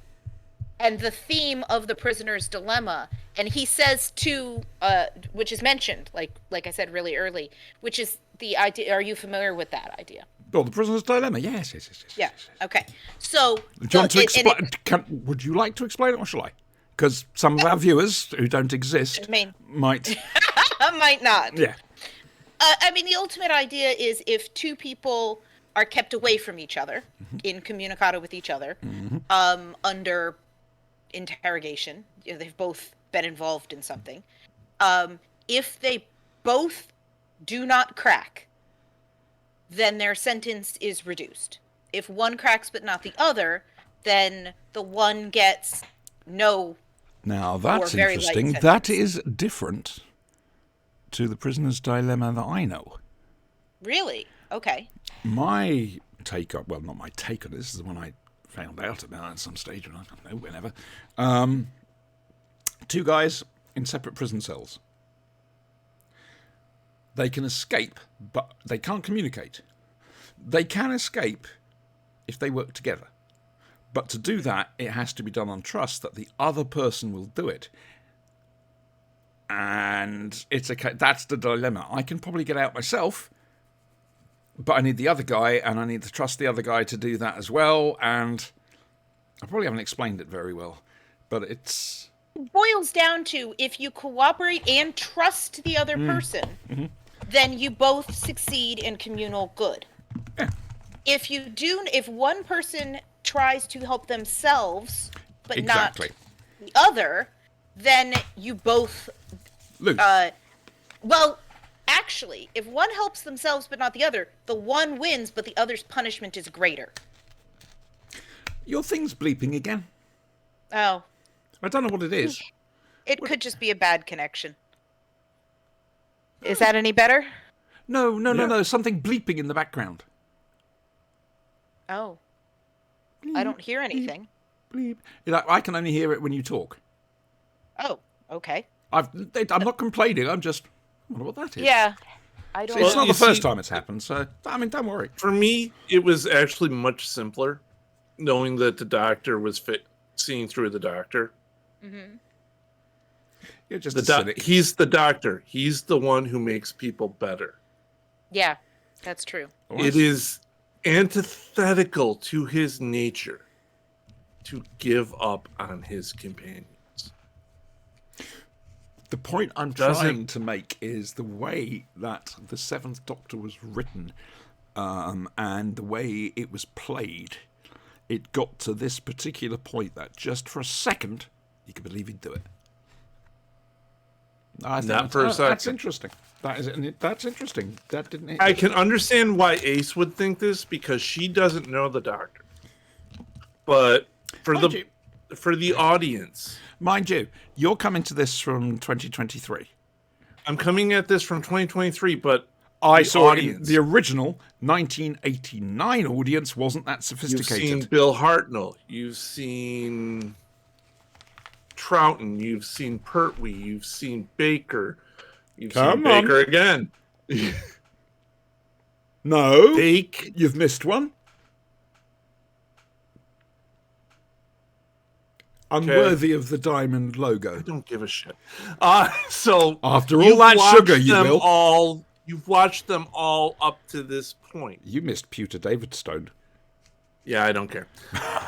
At what point have you ever seen the doctor truly give up on a companion?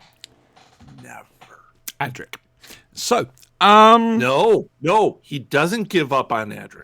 Yes, he He's does. prevented from trying to. He still had a way of doing it, and it was an excuse. There was a way of doing it that would not have interfered with linearity or causality, and he didn't take it, and that's because of script requirements. There was a way for Adric to be. That's the rescued. script. That's not the doctor's character. No, but he could have done it. But the thing is, the Doctor's character is no. The Doctor's character is the script. Nature. It's not. He's not real. To do it. I know, but it's not the Doctor's established nature to ever give up on it. I'm sorry, that's a very 2023 opinion. Okay, 2020. It's 2020. Opinion. I saw through the fucker. I'm done. But in 89, in context, it was holy shit. Because we just weren't used to that sort of behaviour from the Doctor at all. And it was just, what the fuck's going on? We know he's been a devious little gnome. He's blown up the Daleks. He's blown up the Cybermen. He's overturned an empire in one night. It's just... I can believe that in this moment, he actually was using her. I can believe that. So we you're know saying he your wasn't. hardcore faith in the Doctor wavered. I've never had a hardcore faith in the Doctor. I'm a realist. No. And like I say, back then, there wasn't the miasma of this is what the Doctor is. The word bubble, the word cloud that surrounds the character now. Back then, it was being made up as, you know, and this was a whole new take on the Doctor, which meant to that point it could have been possible. It wasn't, but it could have been. You were led to believe that. Nope. Again, you're seeing it, knowing what the Doctor's like and how he's been eulogized. Even watching from 1960 whatever up to 1980 whatever. I disagree. Look Nope. at Troughton. Nope. Look at Troughton. Not for a bit. Look Not for at a minute. Troughton. Look at Tomb of the Cybermen. Have we done Tomb of the Cybermen? Hell, even look at Capaldi. I'll come to that He in a was the second. closest throwback to any of them. Troughton, look at Tomb of the Cybermen. Tomb of the Cybermen happens because Troughton cannot resist showing off. I don't mean Troughton, I mean the second Doctor. If he hadn't have done anything, the whole adventure wouldn't have happened. Yeah. He couldn't help himself. But he doesn't give up on his companions.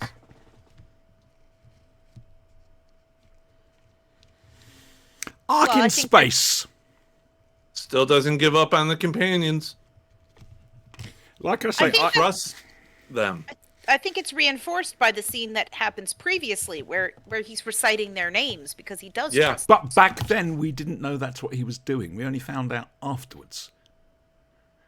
The first time we found out was either somebody turning around and saying, "Oh, there's extra footage. It's supposed to be the companions' names," or it was from the novelization.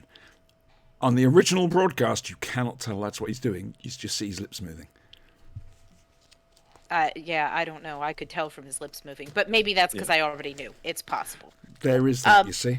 I'm having I to. do- God, I can't believe I'm having to sit here and defend the Curse of Fenric. I do have a question. You're not defending the Curse of Fenric. You're defaming the character integrity of the Doctor.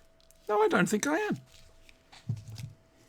I have an unrelated. You've not question. seen some of the other shit McCoy's been up to in the books. Holy fuck. Man who destroys universes. Hang on, little bit has a. I have an unrelated logistical question. Oh, please do. Yes, let's change the subject. Unrelated. Okay, so we know that Ace forms a friendship with one of the young women who works there, who has a baby. That baby turns out to be her mother. Okay. The mother you hate so much. Sorry. So the grandmother, Audrey. Not Audrey, sorry. Audrey Catherine. 2, Feed me. receives a telegram telling that her husband is presumed missing. Or dead. Well, presumed dead. Yeah. That there's been MIA. a fire on the ship, Bloody and he's presumed convoys. dead. Which is suspiciously similar, well, parallel to the death that the commander of the area had recently described, Commander Millington. where he left men to die. Yep. So suspicious parallels, but my real Deliberate. question is a logistical one. Please. She receives a telegram. Yep. How? What do you mean, how? They destroyed all the radios, Not and nobody's before- come on the base. No, not before they would have received the traffic, then it had to be decoded, then it had to be... There is a time period for these things. It's not an instant thing. So they could have received the thing, then the radio equipment gets smashed, and eventually they hand her the telegram. That's how these things happened. Well, I understand there's a time period there, but it just doesn't logistically, given when they destroy the radios and everything, it just doesn't. It's make any badly sense. placed. I see your point. It is badly Yeah, placed. if this had happened pre-radio destruction, That would have been easy. But yes. the whole point of it is, legitimately, these things took time to work their way through the system. So they Who's probably doing that? Who's doing that when the whole base is on fire and everybody's fighting water vampires? But the whole base isn't on fire then. She's running because she like shows up there because she wants to check on her because they're all being chased by crazy nonsense. Yeah, and that's after Ace has found out about the telegram. She comes in afterwards. As Well, soon as she she comes- finds out about that telegram is where she corners the Doctor, and you get the evil since the dawn of time speech. Yes.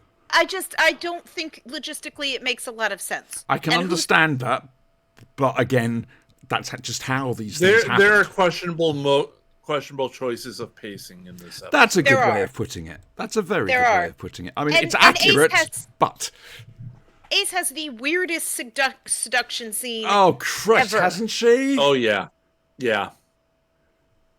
I get the opening line of like, "Who are you waiting for? Are you waiting for me? Let me walk away." And I get that Ace kind of doesn't know how to be sexy. I'll buy that. But she has a lot of chemistry with that Russian commander guy. So she knows how to like flirt. Would you like to know what happens afterwards? After Ace has left the Doctor, she goes and lives in France and meets his ancestor, Count Sorin, and has a whale of a time. Descendant.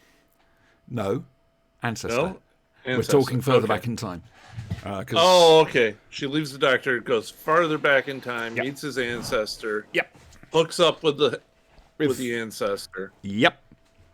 Terrifies him because every How did now she and get again. back to the 21st century? Oh, that's quite simple. She, trying to remember what it's called. She had a little time machine of her own. Basically, she had a set period of about 3 centuries she could travel in. It wouldn't matter. It's called a hopper. It wouldn't matter where in those 3 centuries, but she couldn't step outside it. She had a particular job because, oh God Almighty, anybody coming to Novel Experiences will be familiar with this plot. Kidiatu Lethbridge Stewart, the Brigadier's daughter from his first wife, creates another time machine from about the 23rd century, 22nd century, no, later. I can't remember, just after the Ice Warrior War. But the trouble is, with that time machine, it leaves holes in the time-space vortex. And things can come in. So Ace's little job in her 3 centuries is to make sure to stitch them back together again. Their 2 jobs dovetail beautifully. This is all New Adventures stuff, but when it comes to McCoy, I do tend to take the New Adventures as canon, and the TV show itself is slowly leaning towards that as well. We've seen The Other, we've seen possibly seen Lungbarrow, and there was something else. Oh yes, the Doctor's living on in the Mindscape. That's Power of the Doctor. So it's quite a few things from the New Adventures that are actually now canon. Slightly changed, maybe, but Okay. these ideas have dropped in, and they're now in the modern series. Mainly because a lot of the people behind the show now grew up reading those novels. Yes. So, Yeah. Yes. And I didn't have any access to those. oh, When I was growing I up, can so- give you. I've got a bunch of them now. I'm No, just no, not no, that no, no. interested, I'll be honest. Oh, all right. It's just that David McKinty made PDFs or EPUBs or whatever of all his books available, and I could send them to you if you were interested, but you're not. I'm just not. They're good I mean, books. but They're then- bloody good books. Yeah, I'm of the opinion that any episode of the TV show I don't care for that does things with the Doctor or companions I don't like, I just choose to ignore. That's perfectly valid. So, when they're like, but they did this thing. All right, but I didn't like it. So, I'm not. No, Carry that's exactly what canon should be. Canon Um, is what you think, nothing else. You I'm make not your that own interested. canon, quite frankly, because you'd go mad trying to make everything fit. We just need Well, yes. to look at Lance Parkin. Hi, Lance. See you soon. I did notice yeah, it would be The impossible. Doctor's solution in this story is putting the evil back in the bottle. And the evil was in the bottle to start with. And this seems to he has a history of putting bad things in small containers that then they can break out from later.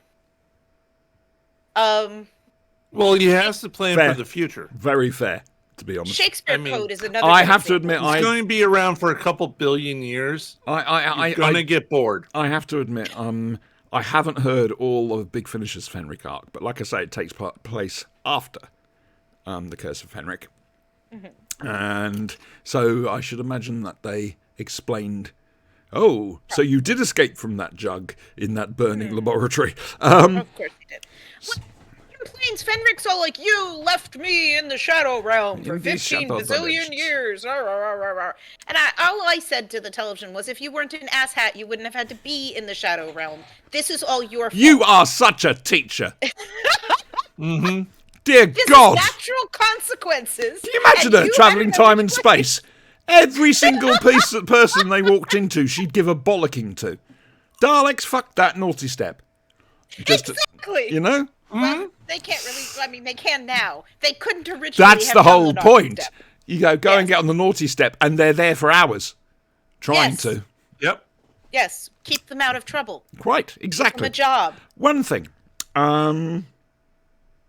which has been mentioned, especially by English Lit students, Yes. Ace coming into her womanhood, Yeah, I don't. which know. is basically the whole swimming thing. It's essentially the return to the womb, and she comes out without her I ghosts, don't and need she the can keep going. symbolism. Yeah, it was rebirth symbolism. I'll give it that. It's And just not done. to be particularly fair, well. it not just that; it's just never done in Doctor Who anyway. And so this was actually quite, for the show at the time, it was a bit deeper than we normally had. We didn't have proper symbolism like that. So this was it took a few There's- people quite some time to realise. I think there is good symbolism in this show. I don't think that's a particularly good symbol because she goes swimming. Right? That's what happens. She goes swimming in water that would be too cold to swim in, That's why she had a stunt double. as you should do. As one always should do. But you know, if there had been, I don't know. I mean, I know you hear her grandmother's voice, basically, or her voice And the talking child. about her mother and, And the the child. child's and- crying. Yeah, okay. Yeah. It's, Whatever. You know it's- something that always confused me? Go on, please. Why does Ace hate her mother so? Because her mother was a lot like mine. Basically, Audrey couldn't cope on her own. Ace's dad ran off. Audrey kept having a chain of different boyfriends come in. Some of them didn't treat Ace well. And she hated modern life because, you know, with all the Tracys and the Stacys and whatever. And she hated seeing the bad things that happened in real life, such as racism and her friend Minisha getting firebombed because they were from Pakistan. And basically, Fenric went, yes, please, you're one of my wolves. Let's create a time storm and take you to Iceworld. And then we have the events of Dragonfire. So, I mean, it always was a little bit on the nose, Dragonfire, basically saying that a time storm whisked her off to Iceworld, and her name's Because Dorothy. Dorothy, yes. It was a and bit she too wanted on to the get nose. away from her life, and yes, and then Yeah. you were there, and you were there. Yeah, yeah. exactly. I Yeah. still say one thing that's absolutely brilliant about The Wizard of Oz. It's the special effect they used for the tornado. It's remarkable You for really love that special effect. It's a There's a remarkable very special good- effect for There's its a very time. good making of that discusses what they did. I'd love to know how they did that because for its time, it's remarkable. I'll see if I can dig it up. You look and at some tell of the CGI stuff now, and you think that's got nothing on it. You know, it's. There's been a lot of bad shit happening in America. Tornado Alley, Oklahoma. Cody in Oklahoma got hit by a nasty one. I've been following the. Well, I've mentioned this, the live streams now, which also come complete with radar and everything else like that, which is great for someone like me. But I was rather shocked because Reed Trimmer, Dr. Reed Trimmer, who you may have heard of, from the Weather Channel and whatever, he actually tracked down the Cody tornado, got fucking close to it. I swear that man's going to get himself killed someday. Pulled back, And then we saw what it had done. We were there watching this as it was happening. And it was horrifying. Absolutely horrifying. That's why I pass the warnings on. I let people know where the severe weather is, how far away it's going to be from them, take cover, everything else like that. I link to the feed so they can check for themselves. Even if I don't save anybody's life, if it'll help anybody, what the hell? It's it's an unhealthy obsession. I will be honest with you. I'm in love with something that's terrible. I have been ever since I was a little kid. I love tornadoes.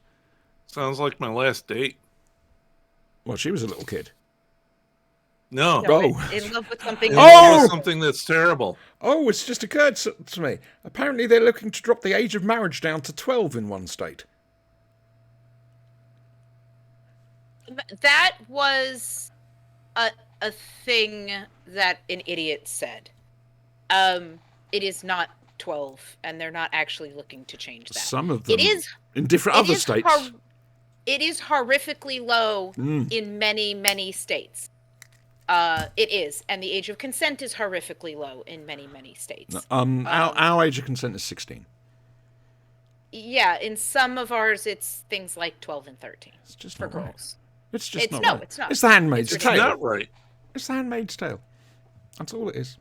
Well, a lot of these have been on the books for a very, very long time. That doesn't make them right. It makes them stupid. It means the people who have left them there aren't doing their job properly. Exactly. Right then, shall we move on from the Curse of Fenric? We can. Now, I know you had problems with this, so thumbs up, thumbs down, thumbs medium? Where are we? I quite liked it. I think there's an extended version, isn't there? Several. Because I think that's the one I previously watched, and then this one I just watched on BritBox. Is that the 4 episodes? Yeah, 4 episodes. Right. Yeah. Okay. And I think that the longer version that I've seen previously was better. Mm-hmm. More of the footage got put back in to explain things. Yeah. More. And there's because watching it, I was like, wait, they got from there to there That really was a fast. problem with the Cartmel scripts. They were too long. During the Cartmel period, a lot had to be cut from the final transmission, so you lost exposition and whatever. So I would say recommended, but watch the extended version if you can. Try and find the longest extended version, because there have been several. I haven't actually looked which ones are on the Blu-ray set, because it's out on Blu-ray. The season 20. I think I've originally watched this on Blu-ray, yeah. Season 26 or Sylvester McCoy season 3 for in America. Personally, I can't recommend Curse of Fenric highly. I'm like this. Two thumbs well aloft. What about you two? A little bit? Thumb? Yeah. Just watch the extended version. Fair enough. It's perfectly good. I like it. Okay, good. And Dave was named after, his middle name was after Nicholas Parsons. I met Nicholas Parsons. Just to explain who Nicholas Parsons is, Brian, I started on this thought and got sidetracked. He's a game show host. Was a very, very popular, very well-known game show host over here. Ironically, he had actually started out as an actor. But he did Sale of the Century for donkey's years, and also a radio show called... So he was a real actor. He took the job, and then he stayed with the job because it paid his bills. Yeah, and also he had the radio quiz. I'm sorry, I haven't a clue. No, sorry, not I'm sorry, I haven't got a clue. Just a minute. No repetition, deviation. I saw him as the narrator in Sometimes Into the Woods. God, I enjoyed that musical. I'm not a musical person, but I love where the story goes with it. And my girlfriend at the time arranged for me to meet him because she knew I liked Doctor Who. She knew that he'd been in Doctor Who very recently. So I sent him flowers. We went out to his dressing room. And he just leapt after her the whole time. Very annoying. Awkward as well. You know? So what are we going to do when we come back? We're going to do a particular Doctor Who story. We've had a bit of an overdose of the 7th Doctor, and we had a bit of an overdose of the 3rd Doctor, because like I say, I've been trying to do story arcs for you, Brian, because I know you like your arcs. I do like art. Yeah. Leave that with me. I'll tell you before the end of the show. Logopolis. Do you want to do Horror of Fang Rock. Horror of Fang Rock? Again, we are saving for Halloween. Oh, that's true. Okay. That's true. I do very much want to do it because I love it. But time and place. You do realize we tend to go over episodes, What do you mean? series again and again. Oh So God, yes. I've got no We memory. could do it now, and we could do it in October still. I've got no memory at all. There's no spreadsheet. All this is just done with this rather Trust me, I've damaged been shrunken keeping walnuts. track. I'm glad you have. I haven't. Ah, dear. I wing it. That's all I ever do. Wing it. And it's a hell of a lot more fun, quite frankly. You should live your life. The fundamental interconnectedness of all things. Right. Yeah, we'll think of something. Lilibet, Yes. seeing as we were talking about Doctor Who and the Curse of Fenric, Yes. how would you like to tell us about Dracula, Dracula. the novel tell by you. Bram Stoker? Dracula. Okay, English teacher in session, silence. So this is the thing about this novel is that you have to go into it knowing that when it was originally written, Dracula was not synonymous with vampires. No. So the novel is essentially a slow burn where all the characters eventually put pieces together. The entire thing is written in journal entries, memoranda, newspaper articles. It's one of those novels, like Count of Monte Cristo, like Donald Cotton's Target books. and the Phantom of the Opera, for that matter. Would for you more call it a modern version. romance? There are romantic elements, but it's not really Okay. the best romance is actually you have a really good romantic couple. It's more found family. I would call it that. Okay. Yeah, that makes sense. And the slow burn is that there's characters who have information that are not in communication with other characters, where things start happening to them, and they're documenting their experiences. Okay. But they don't have the information to know why. Okay. And it isn't until about 3/4 of the way through the novel where finally Mina Harker, by then, she's his fiancée to start with, and then they get married. Literally puts everything together. She gathers everybody's resources and makes a chronological document out of them. And it turns out that that's what you've been reading the whole time. You are reading her chronological document. Okay, you've done your job here. Do you know why? I want to go and Because you're read interested? it. Yeah. Yeah, you should actually. It's free Okay. as well now, isn't it? It's It is. Yeah. But what I would highly recommend Please. is and I'm not connected to it at all, but there's a site called Daily Dracula. And Okay. it's a Substack. I don't know what that give them- means. They're like an email. They also have a website, but they email you things out. No, not really for me. But you can read it on their website. But what they've done is taken the novel, because everything is dated. Yep. All the entries are dated. They've organized it into chronological order, and you can either look at the website or you get an email on the day that happens in the novel with what happens in the novel. I like that. That reminds me. That's of like an ARG. Yes. that reminds me of a Twitter account, which is the Second World War day by day. It's like that. Yeah. And the novel goes from May 3rd, so they're just getting ready to start Yeah. the next round of this, to mid-November, I believe. Right. And so you can follow it through the half year. And so you have to, for a modern reader, the hardest thing is coming at this because we already know the twist. That's fair. Okay, that's interesting. So it's a case of trying to be willfully blind whilst you're reading it. You won't get that big surprise, but you'll be able to Right. appreciate what they've done. What it's like is if you watched a series, like a slow burn, really good Babylon TV 5. series, yeah, and you know the twist, Yep. okay?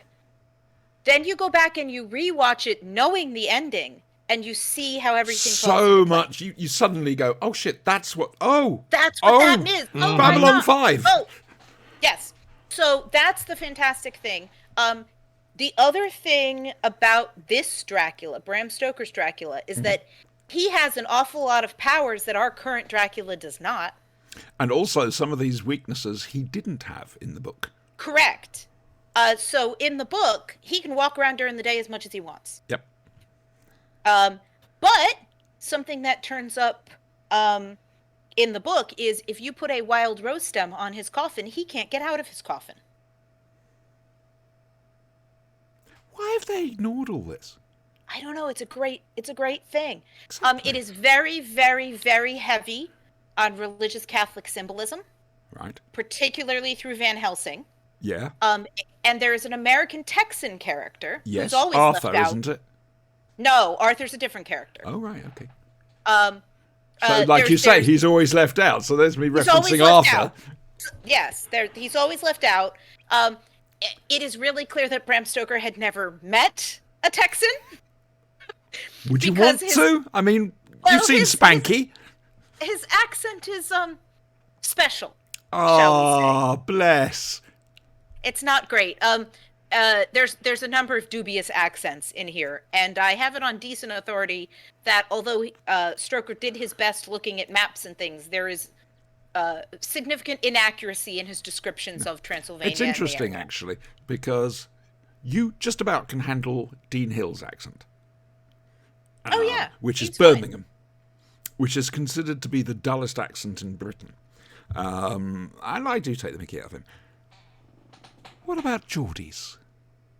Because I can't understand Geordies. I don't know. I haven't had that much experience. Keep it that way. Don't go to Hull. All right, just don't go to Newcastle. Just don't take any calls. But it's well worth reading the book because you have the character Van Helsing. I mean, we know who he is, Yeah, right? Peter Cushing. And he lives in Winstable and he drives a bike, right? Yes. So anyway, he is not that kind of character in the book. Oh ho. He is a medical professor who has a number of Spoilers. other doctorates. No, that's I'm not sorry. spoilers. No, That's I'm not joking. spoilers. I'm joking. It's Dracula, for Christ's sakes. You can't have spoilers. But it's he has a number of other doctorates, and there's a hint in the backstory which is not relevant to anything that happens in the story that his wife is insane and in an asylum. But I've he can't heard get a that divorce elsewhere in because a he's film. Catholic. I've heard that in Yeah. film. One Yeah. film or other. And there are hints that may be what set him on the road to researching and knowing about occult. Okay. All right. Brian, have you ever read It's some this? vague backstory. I've listened to it. There's There a are very some- good audible version. Yeah. There are some great readings on YouTube of it as well.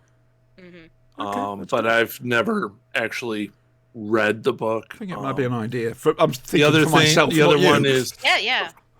I've seen the Bela Lugosi one. I've seen the But from what Lilibet's saying, Christopher is it's Lee. actually I've a seen bit of a the Bram difference. Stokers. It's Yeah. been There's a significant difference. L Street. Oh yeah, there's and difference Hollywood. in every single production. Yeah. Yeah. Okay. And I think what I liked about this was that you have characters who you start in one perspective. You start in Jonathan Harker's perspective for the first 4 chapters. He's in Transylvania and he's just he's like a fresh new graduated lawyer. Bless him. And he's describing like, oh, I had this great destroys him, doesn't recipe. Yeah. It utterly yeah. destroys the man. Except by the end, with those, I mean, he survives the book, which you're not Yeah. sure he's going to. Yeah. But he's white-haired. I'd love to have But white it's hair. not what happens to him that destroys him. He recovers from that. Let's keep it like that. Do you recommend this book? Yes. It's free. Go and read free. it. All right. Yeah. And the Daily Dracula thing is a really good way to read it. If It you is. only want to read a small chunk at a time. Now, moving on, because we're nearly at 2 hours already, which I'm absolutely gobsmacked by. We broke the mold. We're down to one viewer, and that viewer is We you. broke the 30-minute. You are our only viewer, Brian. I So, know. fuck off, viewer. Don't often get to say that. I know where it's going. So, yeah, you know. Right. So, Edge of Darkness. I will slap the back of your legs, young man. I'm sorry, I was just getting ready for the review of Edge of Darkness that I don't care about. Oh, come on, it's me. You know I'm going to be babbling all over the place. So you just I know. try and hang on. That's all I'm going to say. Oh yeah, All right, okay, good. I'm good. just resting my eyes. It's a fine day. It is a good day to snore. That's something. Swords are more fun. We can't. We're waiting for a little bit to catch us up with Picard. Because I know. I would I'm love just to saying talk about the whole one-liners series. that have absolutely no context. Are you listening to Staggering Stories still? Me? Yeah. Oh, occasionally I dip in and out. Right. Because The I really next enjoy episode them, but I they know release. They're They're doing doing Yes. a Picard review. They're recording it tomorrow. So you may Okay. want to avoid that. But Skip the that thing is, one. Adam does give you the timings of each section. Yeah, he does. So he does. you can do it from that. I do want but to I'm talk not- Picard, but I'm waiting. Plus, I want appreciate Spanky that. to be here as well, because it was a it good needs all of season. us. It needs all of us to give our appreciation the heft it deserves, I think. Can you be a little more chipper on that? Sorry, as soon as you said chipper, I was thinking Laurel and Hardy. Can you be a little more positive on that then? Okay. I hope we die soon. Hope we die quickly. I get it wrong every time, don't I? Every single time. Why am single I time. detecting enjoyment? Sorry. All this will make sense. It's the whole series has been nothing you mind but one fan spoiler? service. Oh no, I don't mind spoilers. Doesn't bother me at all. Well, spoilers. Troy folks. finally learns how to drive the damn ship. I mean, seriously, when I was watching it and she grabs that the helm console, I was like, "Fucking hell! Get her away from it! She's crashed both Enterprises." Mm-hmm. That was She a. pilots this one expertly. I mean, to be fair, we're not going to say which Enterprise it is. Let's just say there are at least two Enterprises in this, possibly three. That's all I'm saying.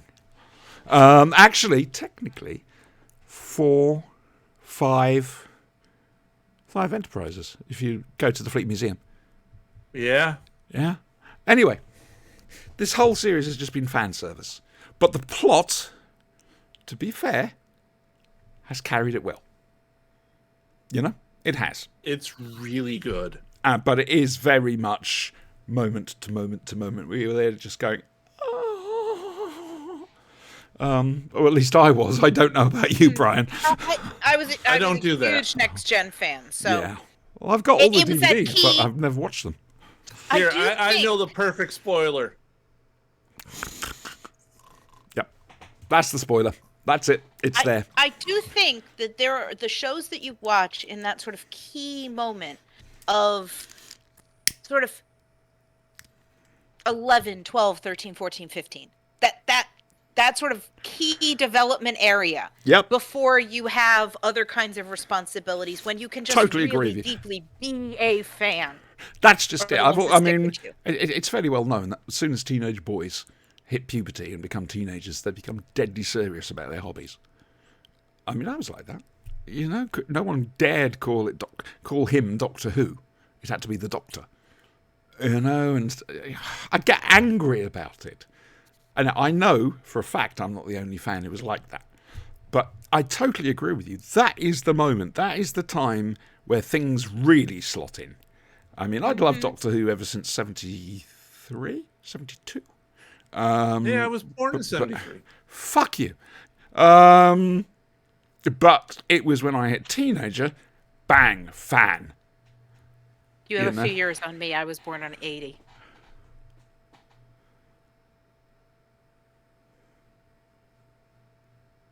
Gen X unite.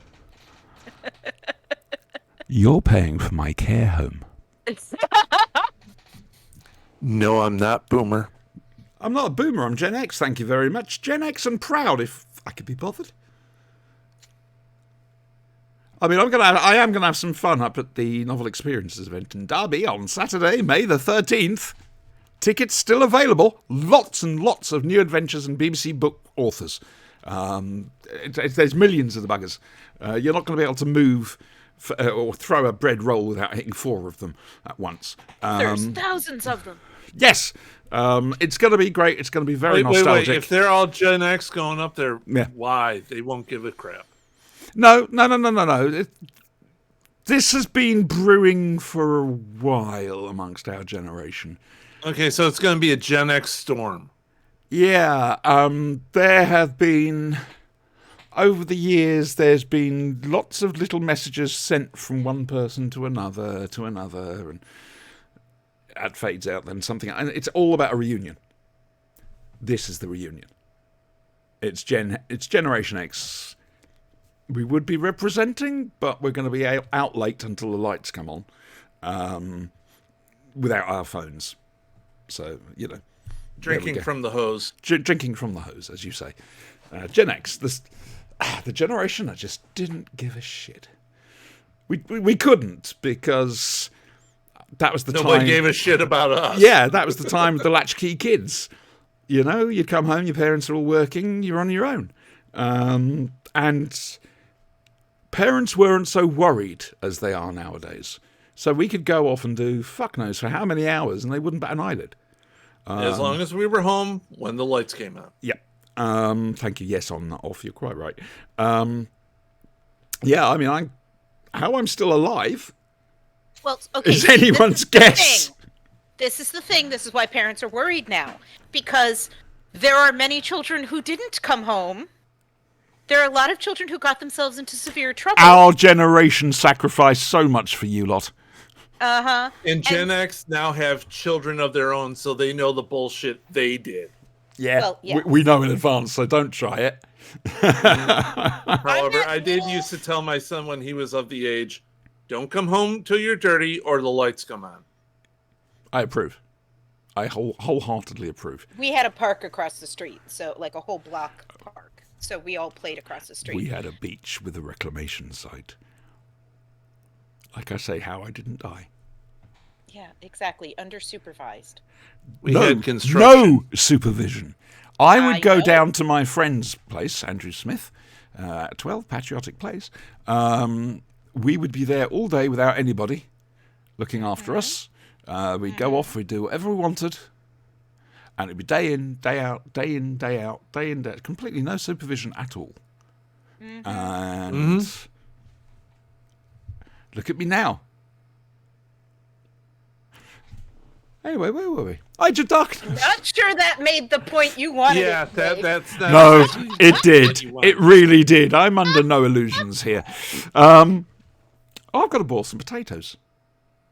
Oh, I'm looking forward to that. New potatoes. Edge of Darkness. Yes, that thing. Okay, penultimate episode. It is called Northmore. Little bit of time, not a huge amount, but a little bit of time has passed since the previous episode.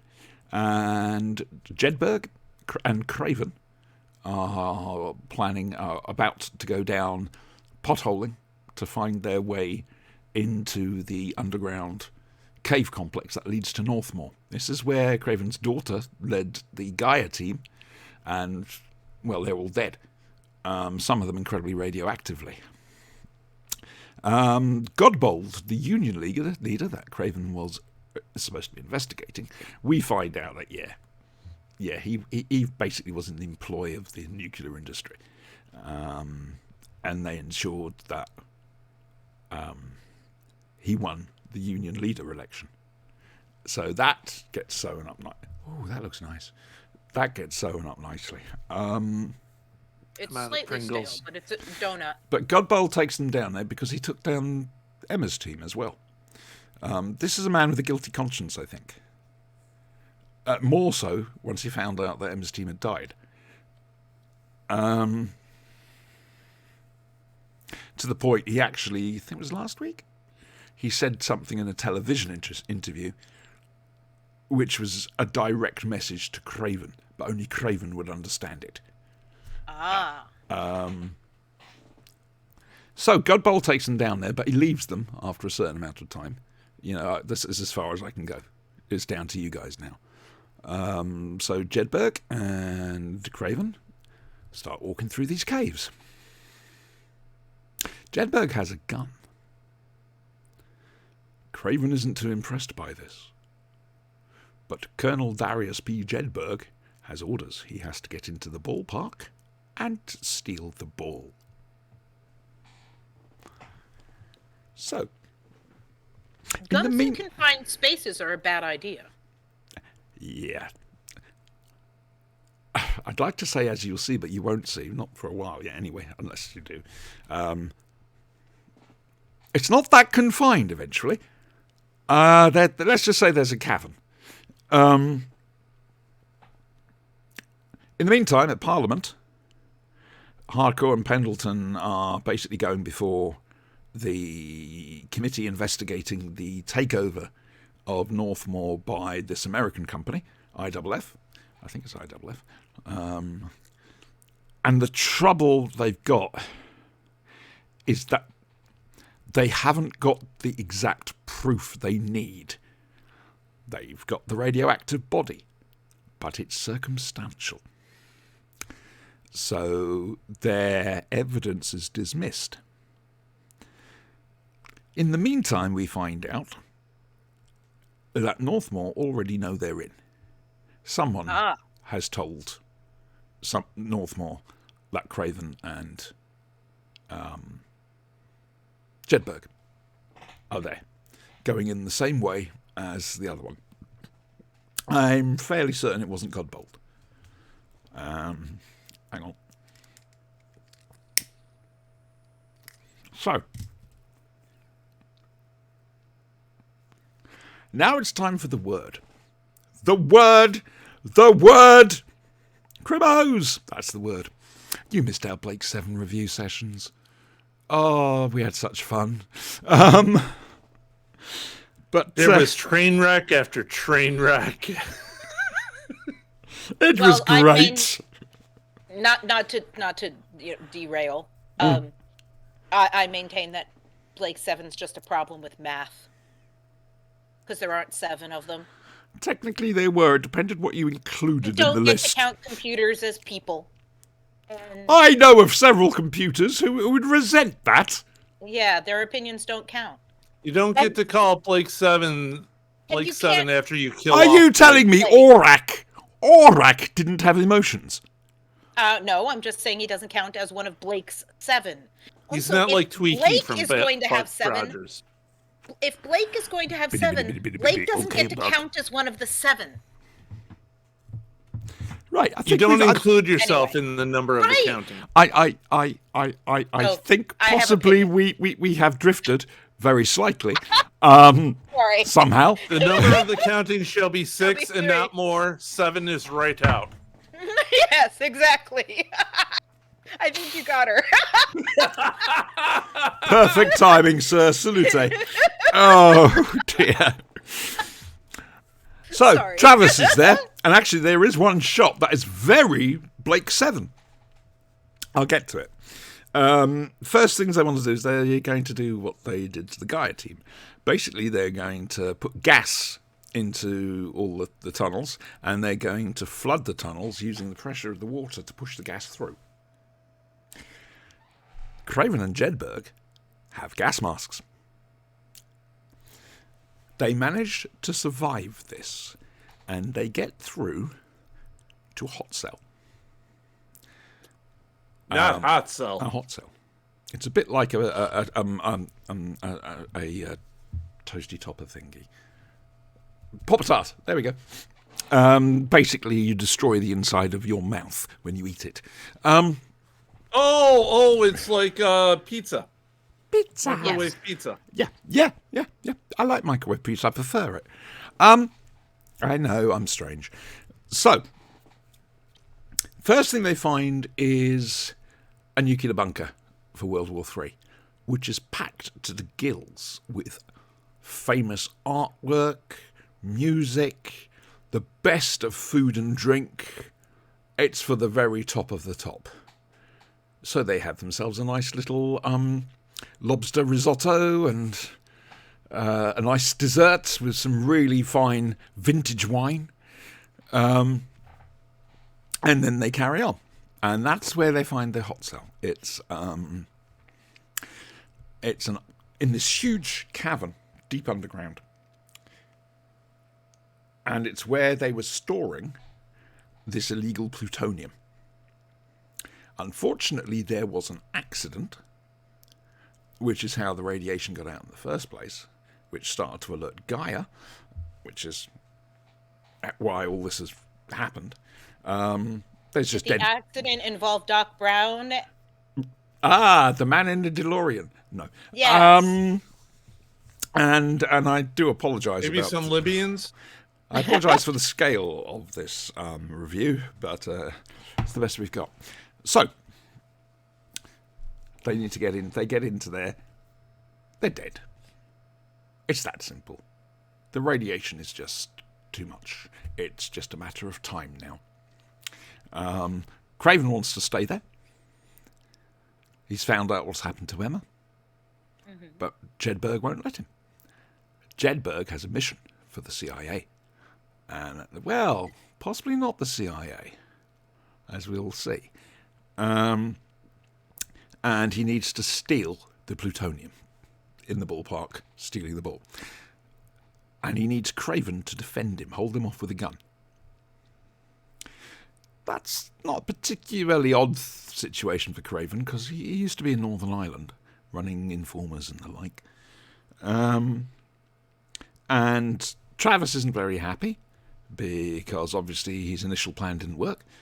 And so there's this wonderful shot, because you got... Hang on, I've got to try and do this right. Where are you? You're there. So, top of the cavern's up here, bottom of the cavern's down here. Down here is the building that held the plutonium. Going all the way up is a shale mound. And he suddenly appears at the top of this mound in a gas mask and protective coverings, surrounded, and behind him come other security guards. And it was just like Travis turning up with Federation troops. It was just like that. Craven tries to hold them off. Does quite a good job, to be fair. Jedburgh gets the plutonium, and they start doing a runner, and they split up.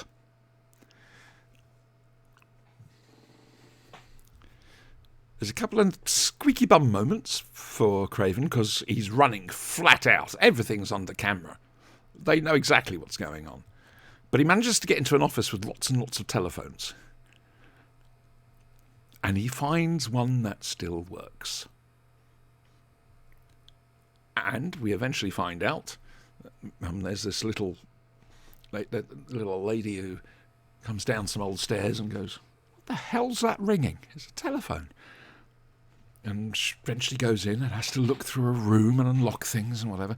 And she finds this telephone ringing. And she answers it. Number 10. And the last line of the episode is, "Get me Pendleton!" yelled by Craven. This episode, you are on the edge of your seat for all the way through. There's incident, there's explanation. Not so much exposition, but explanation, because they show it more than tell it. And again, that's fair enough. I cannot recommend the BBC version of Edge of Darkness, the original, highly enough. It's very possibly the best drama the BBC ever made. And I'm including the Smiley stuff and I, Claudius. I've seen some good shit from the BBC. But this one blows it away. Could be something to do with the subject matter that makes it for me. I don't know. I like Cold War stuff. I like the Smiley stuff. So next week is the Aftermath. It's also the last episode. We know Jedburgh is out there somewhere with a load of plutonium. He and Craven have had a lethal dose of radiation, and I should imagine that the longer that Jedburgh has the plutonium, the quicker he's going to fall apart. But we don't know. We've no idea what's going to happen to Craven. He's going to be caught by Travis. We know that much. Where's it going to go from here? I know. I'm not telling. It's a bit of a surprise. Not number 10, I will say that. But yeah. Edge of Darkness by the BBC. I think it's still available on video. You might be able to get it on eBay or whatever. It might even be on Amazon. I've no idea. I'm very much looking forward to Spanky's thoughts on this when he comes back. This is one of the things I thought he'd appreciate, and I think he fell in love with it. So, that's fair enough. Okay, Edge of Darkness, not so much a review as a plot summary. I do apologise, but there's so much going on. You need it to be able to review it. Now then, talking about unnecessary plot summary, Brian, do you want to tell us about Succession? No, not Succession. What was it? It began with an S. Sanctuary. Ah, the bells. Much like Quasimodo. Yeah, the bells. Yep. Go on then. Okay, so Sanctuary, it ran for 4 seasons in the U.S. Okay. It was on Sci-Fi Channel. I did look up the picture, and I have vague recollections of this. It was a lot of green screen. 90s by any chance? 90s by any chance? No, this is mid 2000s. Okay, It was right around when Stargate was really popular, right? Yeah, it's right Like after Stargate. Stargate. Yeah. Mainly because it's the brainchild of Amanda Tapping from Stargate. Right here. She stars in it, and she's an executive producer on it, or was. It also has Robin Dune, Christopher Haderall, pretty much every actor that's ever existed in Canada. And you will notice some of these people because they have guest starred in pretty much everything in the 21st century. So it follows scientist Dr. Helen Magnus, who seeks out monstrous creatures, aided by her protege, forensic psychiatrist Dr. Will Zimmerman, and her fearless daughter. So, Plus a couple more people. Ryan Robbins, Christopher Haderall in 2 roles. They track down, study, and protect strange and terrifying creatures that secretly exist in the world. It's sort of like a bit generic. Stargate meets the Lilo and Stitch TV series. Oh, that means nothing to me. It's a lot like Primeval, by the really sounds like of a lot it. of things. Well, yeah, Primeval would be the closest example. Yeah. Okay. Only instead of dinosaurs pulled through time portals, these are cryptids that exist within the current world. Okay. So it's Monster of the Week, but you're not trying to defeat them. You're trying to protect them. You're trying to, sometimes you're trying to defeat them. Sometimes you're trying to protect them. Sometimes things happen. There is also a bit mystery surrounding all the characters. Dr. Zimmerman has a Dr. mysterious Zimmerman, childhood thing. Dr. Zimmerman.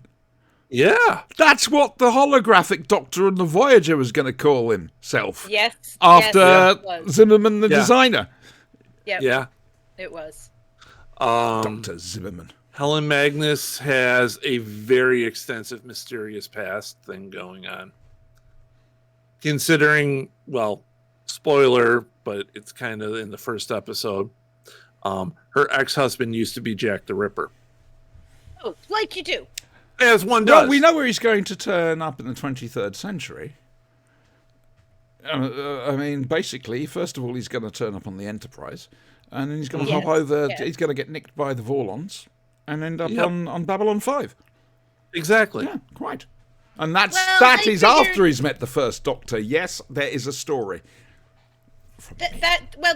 Babylon 5 figured, Star Trek nicked the Deep Space Nine concept from us, so we're gonna get Jack the Ripper on instead. Exactly. I'll be honest. I don't know if you know, but I don't know if that actually was the thinking behind it. It probably wasn't, because Harlan Ellison planned that whole thing out years in advance. Plus, if you're going to want a sadist, that's the obvious one to go Yeah. for. It would be But nice. no, this is I really wouldn't have nice- blamed them. It's a syndicate, kind of like a syndicated sci-fi show. It premiered on Syfy the used to do Sci-Fi really channel, well. SYFY, Siffy. Syfy channel, Yeah, I know. and I know. no, it was good. It actually had some good writing and everything to it. Excellent effects. I think Fair my enough. family used to watch it because they were big Stargate fans. But that was sort of happening as I was in college, and so I would be home Yeah. at random times, holidays, things like that. And so I'd watch it when I was there, but I never had time to watch anything when I was in school that wasn't on at 1 o'clock in the morning. I'm sure I've told this before, either on the Vidiprog or on the Blade Proper or on the WhoCast or whatever. Back in the 90s, I had what then was known as a widescreen television. Nothing on the ones we've got now, obviously. It was still CRT for a start. And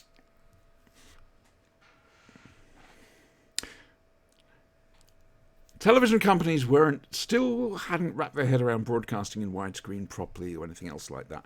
As a result, Stargate was on Sky One, and when I tuned into it, it was Targat, starring Chard, Dean, and Dursk.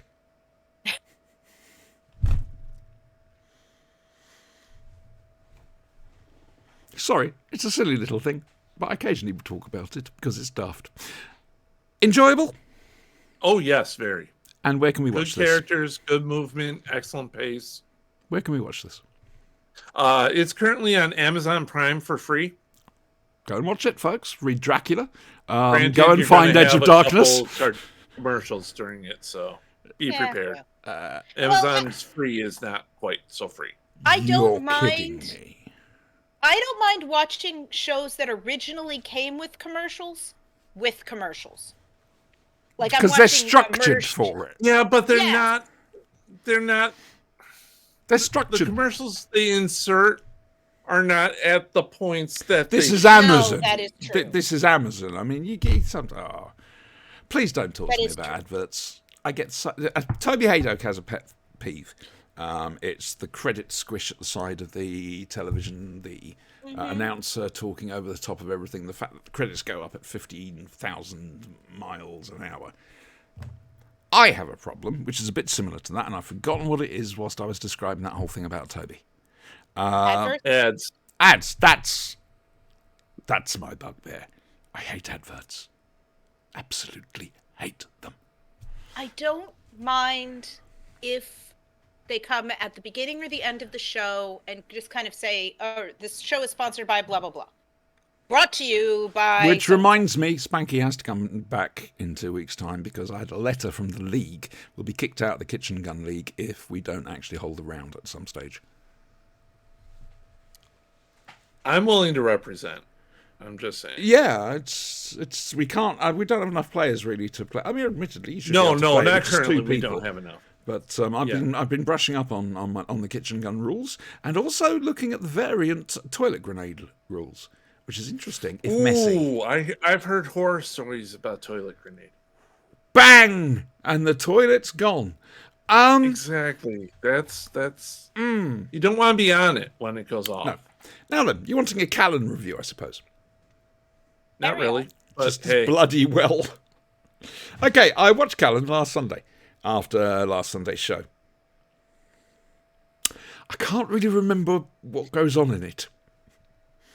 I do know that Callan falls in love incredibly quickly with a woman who hates, as one does. hates the security services and hates the fact he carries a gun. And unfortunately, somebody is after him and catches him at her place, and he has to kill this bloke, and that's it. That's the end of his love affair. So that was Callan. I wish I could have remembered more. Like I say, we've got a couple of normal Callan episodes, and then we've got the last three-parter. Like I say, it comes to a definitive end. But I'm sorry, Spanky would probably know more. He might be able to remember more than me. But we've no idea. So, luckily about this, because we're 2 hours and 25 minutes in. It goes quick, doesn't it? We've broken the 30 minutes per person. I mean, it's 11:30. Oh, Jesus Christ, it is. Thank God I don't work. This is the joy of being retired. Retired hurts, not because I'm old. What are you doing next week, Lilibet? Well, Monday, so tomorrow, I'm on campus tomorrow, but I'm working with a team to represent my union and hopefully encourage new membership and Hi, Thomas. and get help people transition to a new payment system because there's new state laws coming into place. Oh, you surprised me. That requires changing in our payment system. So I'm going to do that on campus tomorrow, and then I've got D&D club after school and probably tutoring. So I do wish you'd play. They'd love it. Ask if you your did. kids how they feel about the current situation in Critical Role. They might have an opinion. Yes, I mean the D&D club. Yeah. They I think at some point I would enjoy playing, but I think right now I am not in the mental space to learn new things. No, that's fair enough. What No, I'm thinking, that's fine. I mean, I'm going to be honest with you. D&D anyway. I think that's, I mean, if you carry on with it next year with newer students or whatever, I think it's an end-of-term treat that you go in and play with them. Could be. It could be. I think that would be a good end-of-term thing. Ask them if you could play Vecna. Vecna. I occasionally chirp in, like I'm sitting at my desk doing stuff, and I occasionally chirp into their game, just to make a comment or something that I'm hearing. But this means that I'm neither in charge of their game, nor am I a member of their game. Nope. So there's no real awkward dynamic. Nope, it's I'm just the adult in the room. Yeah. Leave it Oh, to but them. at the end of the year, you want to give them the chance to go after. Oh the yeah, teacher. no. It's only right and proper. They'll probably turn you into a gnome thief. How many every morning groups they do pluck you an arrow have into in you? your club? Well, they meet 2 days a week, and then there's 2 different groups that meet each day. So they have Hardcore. essentially 4 different games going. Hardcore. One and of the then things. they have a Discord server as well. One of How the are they things doing that with their happened studies? recently was they had the world's largest D&D campaign When you in say Provo, largest, Utah. when you say largest, do you mean the most amount of people playing at the same time? Yes. Okay, how many? 200 plus How many GMs? DMs. Oh, 200 200 DMs. Yes. I got the numbers right here. Please. 200 plus DMs. Yep. 1,224 players. Wow. All of them were playing the same campaign. But were they playing it together? Within the same campaign. Within the same so world. what one group would do would impact what another group would do. And they had runners. I to love update it. people. I would love was- to do that. From what I hear, it's fantastic. I will have loved Yeah, it. that Yeah. sounds amazing. I would love to do The that. culmination was that they had to fight Vecna. Let me see if I can find the numbers. All you here. need to do is turn into a dragon and use your fire breath. That's all I'm saying. Really, because the party at the end for the final hit dealt 24,198 points of piercing and radiant damage directly to Vecna. And he got up afterwards? That's a lot. That's like a nuke going off. Yes, it is. So the reason I ask is sometimes it's fun to have different groups run interconnected I love that idea. storylines like that. I'd love that. I'd love it. Like, Preferably a Doctor Your Who Wednesday scenario. group could be doing something for the city, your Monday group could be doing something else for the city, and at the end of the school year, they come could together. Well, the only downside is a lot of them are the same kids. Ha! I'm trying to work out how they find time In to different study. campaigns. How do they find time to study? Well, I mean, I don't give any homework. Do you not? Why couldn't have you No. been my teacher? I haven't given homework in years. I have them in class for an hour and a half every other day. I don't have to give homework. Why couldn't you have been our teacher? My honors class, like I said, just finished. They're finishing Dracula this week. Dracula. My previous classes just finished reading The Mousetrap and watching Clue. which was Spoilers. a lot of fun. Spoilers. Oh, you mean Cluedo? Yes. No. Yes. Clue. Cluedo. Clue. And then actually one of those classes I ended up with a ton of extra time with them. So I showed them a Threads. proper Miss Marple. Ah. Knowing that now they had background. Yes. I yes, They that's can watch right. Excalibur. Oh, what a wonderful film.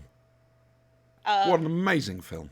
I often at the end of the year show them Doctor Who. I have not shown them any River Song. Do this we year, so get we will not to do that. choose? Can we choose what this year's one Well, is, please? what it usually boils down to is what do I already own on iTunes? The Space Museum. They'd love it. They would not love Genesis. it. No, they They wouldn't.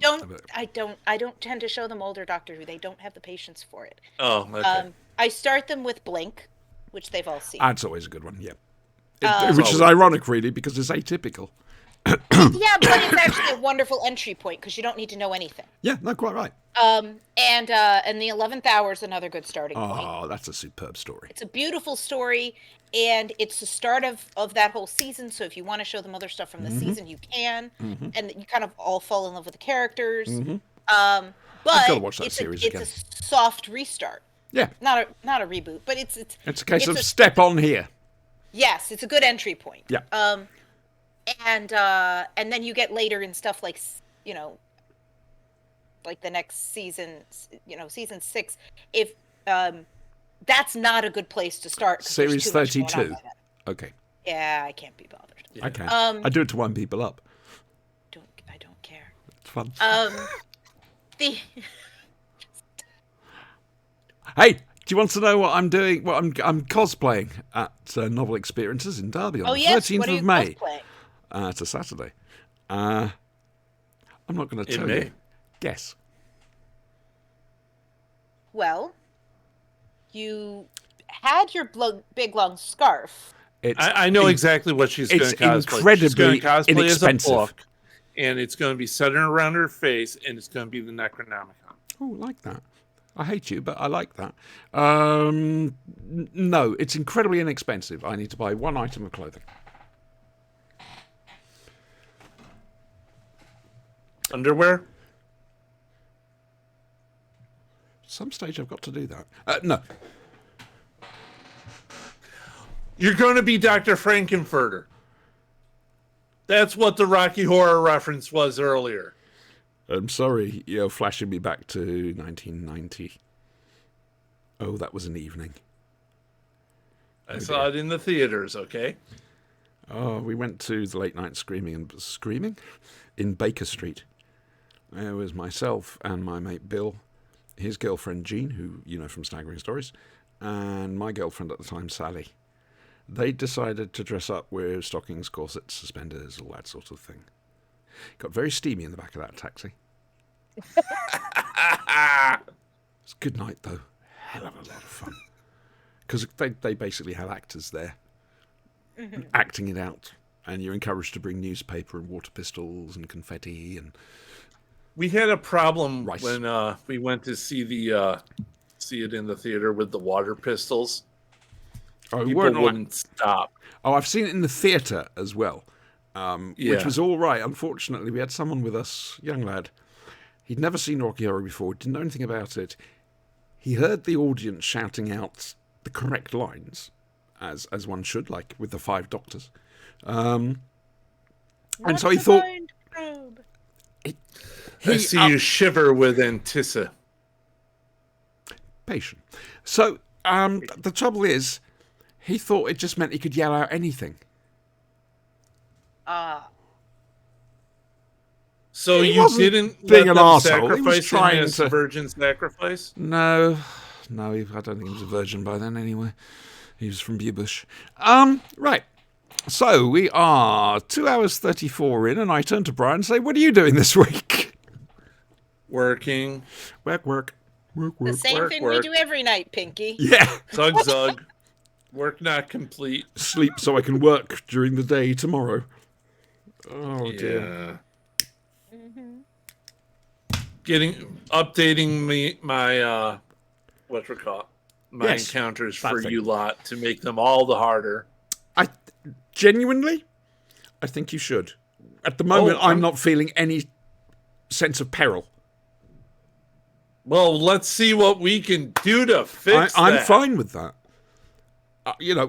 There should be stuff like that. It's just there I will don't be. think you realize coming. quite how strong our characters. No, I know were. how strong you guys are. The problem is, you're so strong, Spanky's so strong, but Teak and Laz are glass. No. What I'm saying is strong as in powers rather than strength. Oh yeah. You know what I mean? I mean, No, I agree. Teak, she's got backpack. Yes, but she's also a glass cannon. Yep, and same with Retta. To a certain extent, she's the ship's mage who managed to do. Was it nothing That's last okay. night? The Let me dice put were it this against way. us. I'm not going to reset your PowerPoints at all. You're going to have to do that by resting. Dude, I'm at full PowerPoints at the moment. I know. Oh, actually, But I say that. Spank- No. I should have lost some PowerPoints in that last battle. Oh, I'll have to Yep. check. When you put the server up next time, I'll have a look. Oh, Right. and I've been working unrelated to that. I've been working on a crochet project. Ooh, Ooh, nice. crochet. I'm trying to get a friend of mine to knit me a new Series 15 scarf. The thin one, Nice. the short one. That is lovely. I shall call it Animus. I've already said that about crochet. It reminds me of the Animus. Yeah, I'm hoping to get a new Series 15. However, the old Series 15 scarf, somebody came up with an excellent idea. Why don't I ask somebody who knows what they're doing with a needle and thread to turn it into a bag? Because, I mean, it's all shrunk and shriveled together, so it's strong. So, Yes. you know, Yeah, it's Yeah. not a bad idea. it's not bad. So I've got to talk to Dana and see if she's actually up for it, find her the pattern. It is the shortest of all the scarves, so, you know. Right, so you want to know what the Doctor Who story will be that we're doing in 2 weeks' time, yes? Yes. I shall write it on my notes. Sure. Revenge of the Cybermen. Okay. It's a Tom Baker one, love. I won't remember. I'll write it in the chat, because Spanky needs to know as well. I will write it in the chat. Yep, it's a Tom Baker, for his first series, where there was still that possibility of failure, so he's taking it seriously. Yeah. Big Finish, no idea. I'm tempted to do the Sirens of Time, but I don't know what's going to drop in the meantime. We're going to have to wait and see. Okay.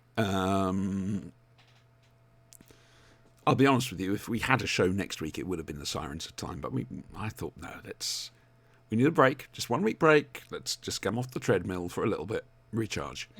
That way we can keep going. See, I think about you. Yeah, I can see you're impressed.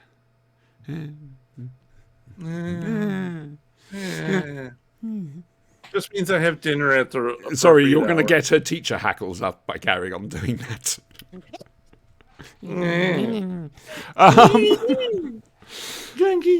So, the next Flashing Blade in 2 weeks' time on this Twitch or YouTube channel will be Revenge of the Cybermen, A Big Finish, the last episode of Edge of Darkness, and one of the last episodes of Callan. After we've done Edge of Darkness, we're starting Kolchak the Night Stalker, Okay. which Are I'm we very much starting? looking forward to. Which we don't have to decide now. Are we starting with the first film? I can let Brian decide on that Yes. because he knows his way around it. You have to start with the first film. Okay. Yeah, that fine. it makes It sets everything else up. To be honest with you, you're sort of in charge of this one because you know it and I don't. Okay, it goes first film, second film, series. And you want me to remember that, do you?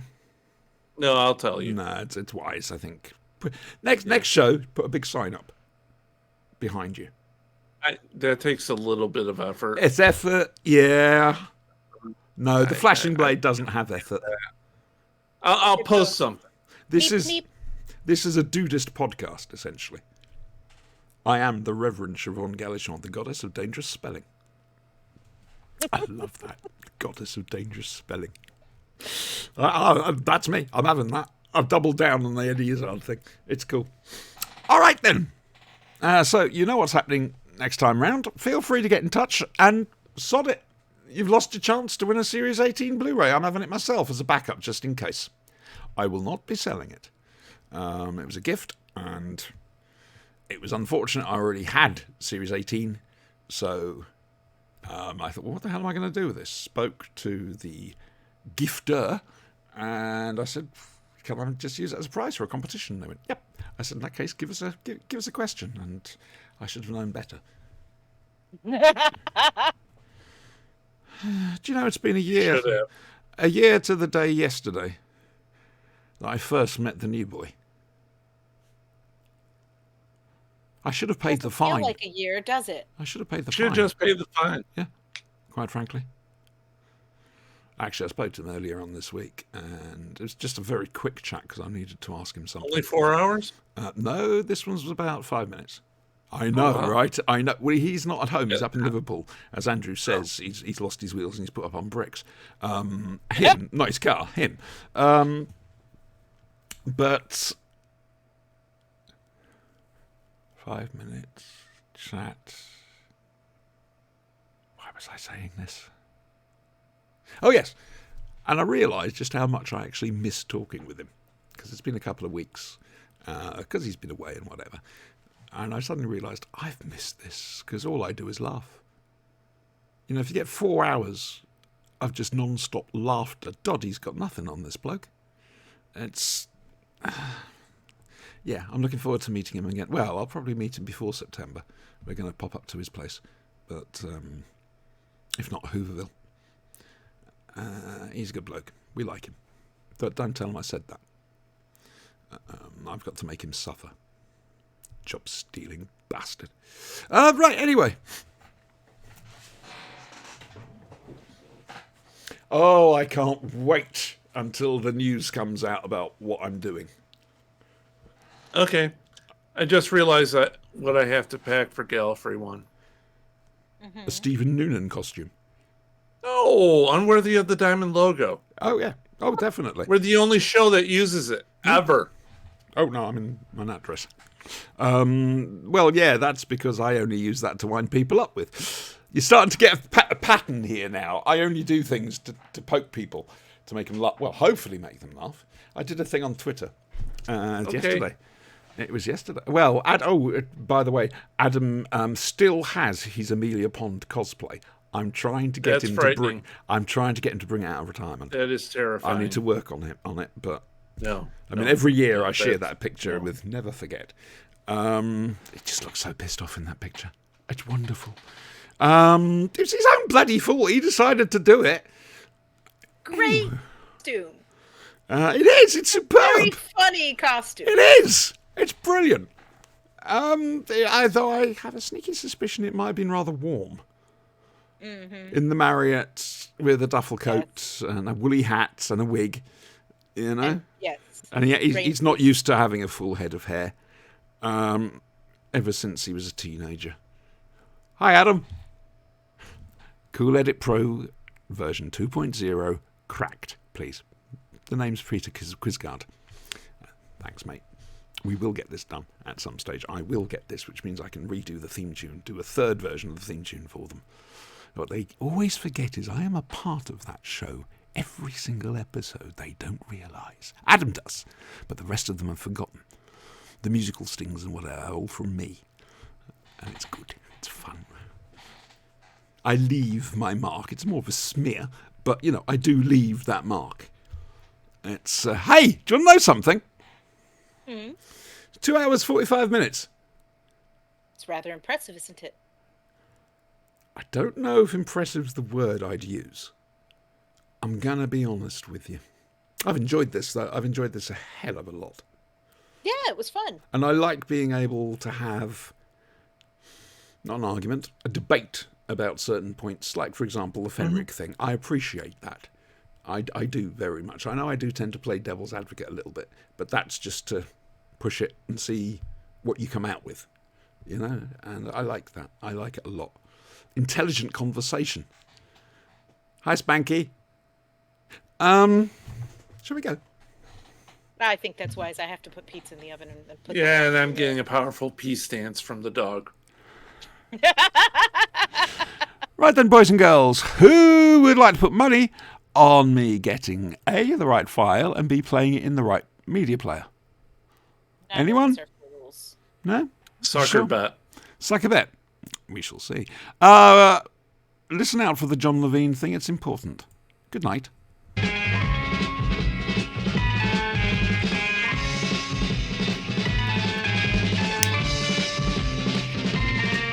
You've got to fight for what you want, for all that you believe. It's right to fight for what we want, to live the way we please. As long as we have done our best, then no one can do more. And life and love and happiness are well worth fighting for. They're well worth fighting for.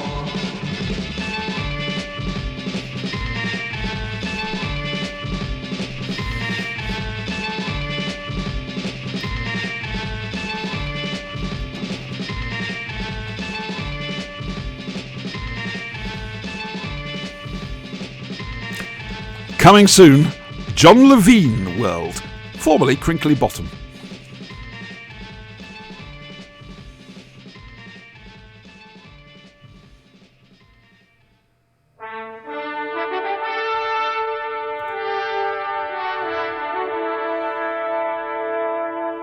Go!